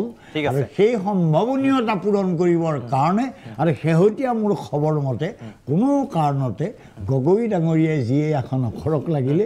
আজিৰ ৰুগ্ন সোনিয়া গান্ধীয়ে গগৈক দি অসমৰ কংগ্ৰেছৰ দায়িত্বটো এজন বয়সৰ ফালৰ ঠিক আছে হাইদৰ হুছেইন ডাঙৰীয়া আপুনি ধুনীয়াকৈ ব্যাখ্যা কৰিলে আমি শেষ কৰিবলৈ আচলতে আমি কংগ্ৰেছৰ বিসম্বাদৰ কথা অন্য কাৰণে পাতা নাই কিন্তু আমাৰ বৰ্তমান ৰাজ্যখন এটা শক্তিশালী বিৰোধী পক্ষ লাগে যিটো পক্ষই যিটো বিৰোধীয়ে অনবৰতে চৰকাৰখনৰ কাম কাজত তেওঁলোকে সতৰ্ক দৃষ্টি ৰাখিব শক্তিশালী বিৰোধী আশা কৰিছোঁ যে কংগ্ৰেছে এই দায়িত্ব পালন কৰক আৰু তেওঁলোকে আভ্যন্তৰীণ খোৱা কামবোৰতকৈ তেওঁলোকে এই দায়িত্বটো অধিক এইটো কৰিলোঁ আৰু আমি আশা কৰিছোঁ যে আমি ৰাষ্ট্ৰ নিৰ্মাণৰ কাৰণে ৰাজনীতি ঠিক আছে আমি আজি এই আলোচনাত অংশগ্ৰহণ কৰা মই আটাইকেইজন পেনেলিষ্টক ধন্যবাদ জ্ঞাপন কৰি আমাৰ এই বিশেষ অনুষ্ঠান উত্তৰ লাগে ইয়াতে সামৰণি মাৰিছোঁ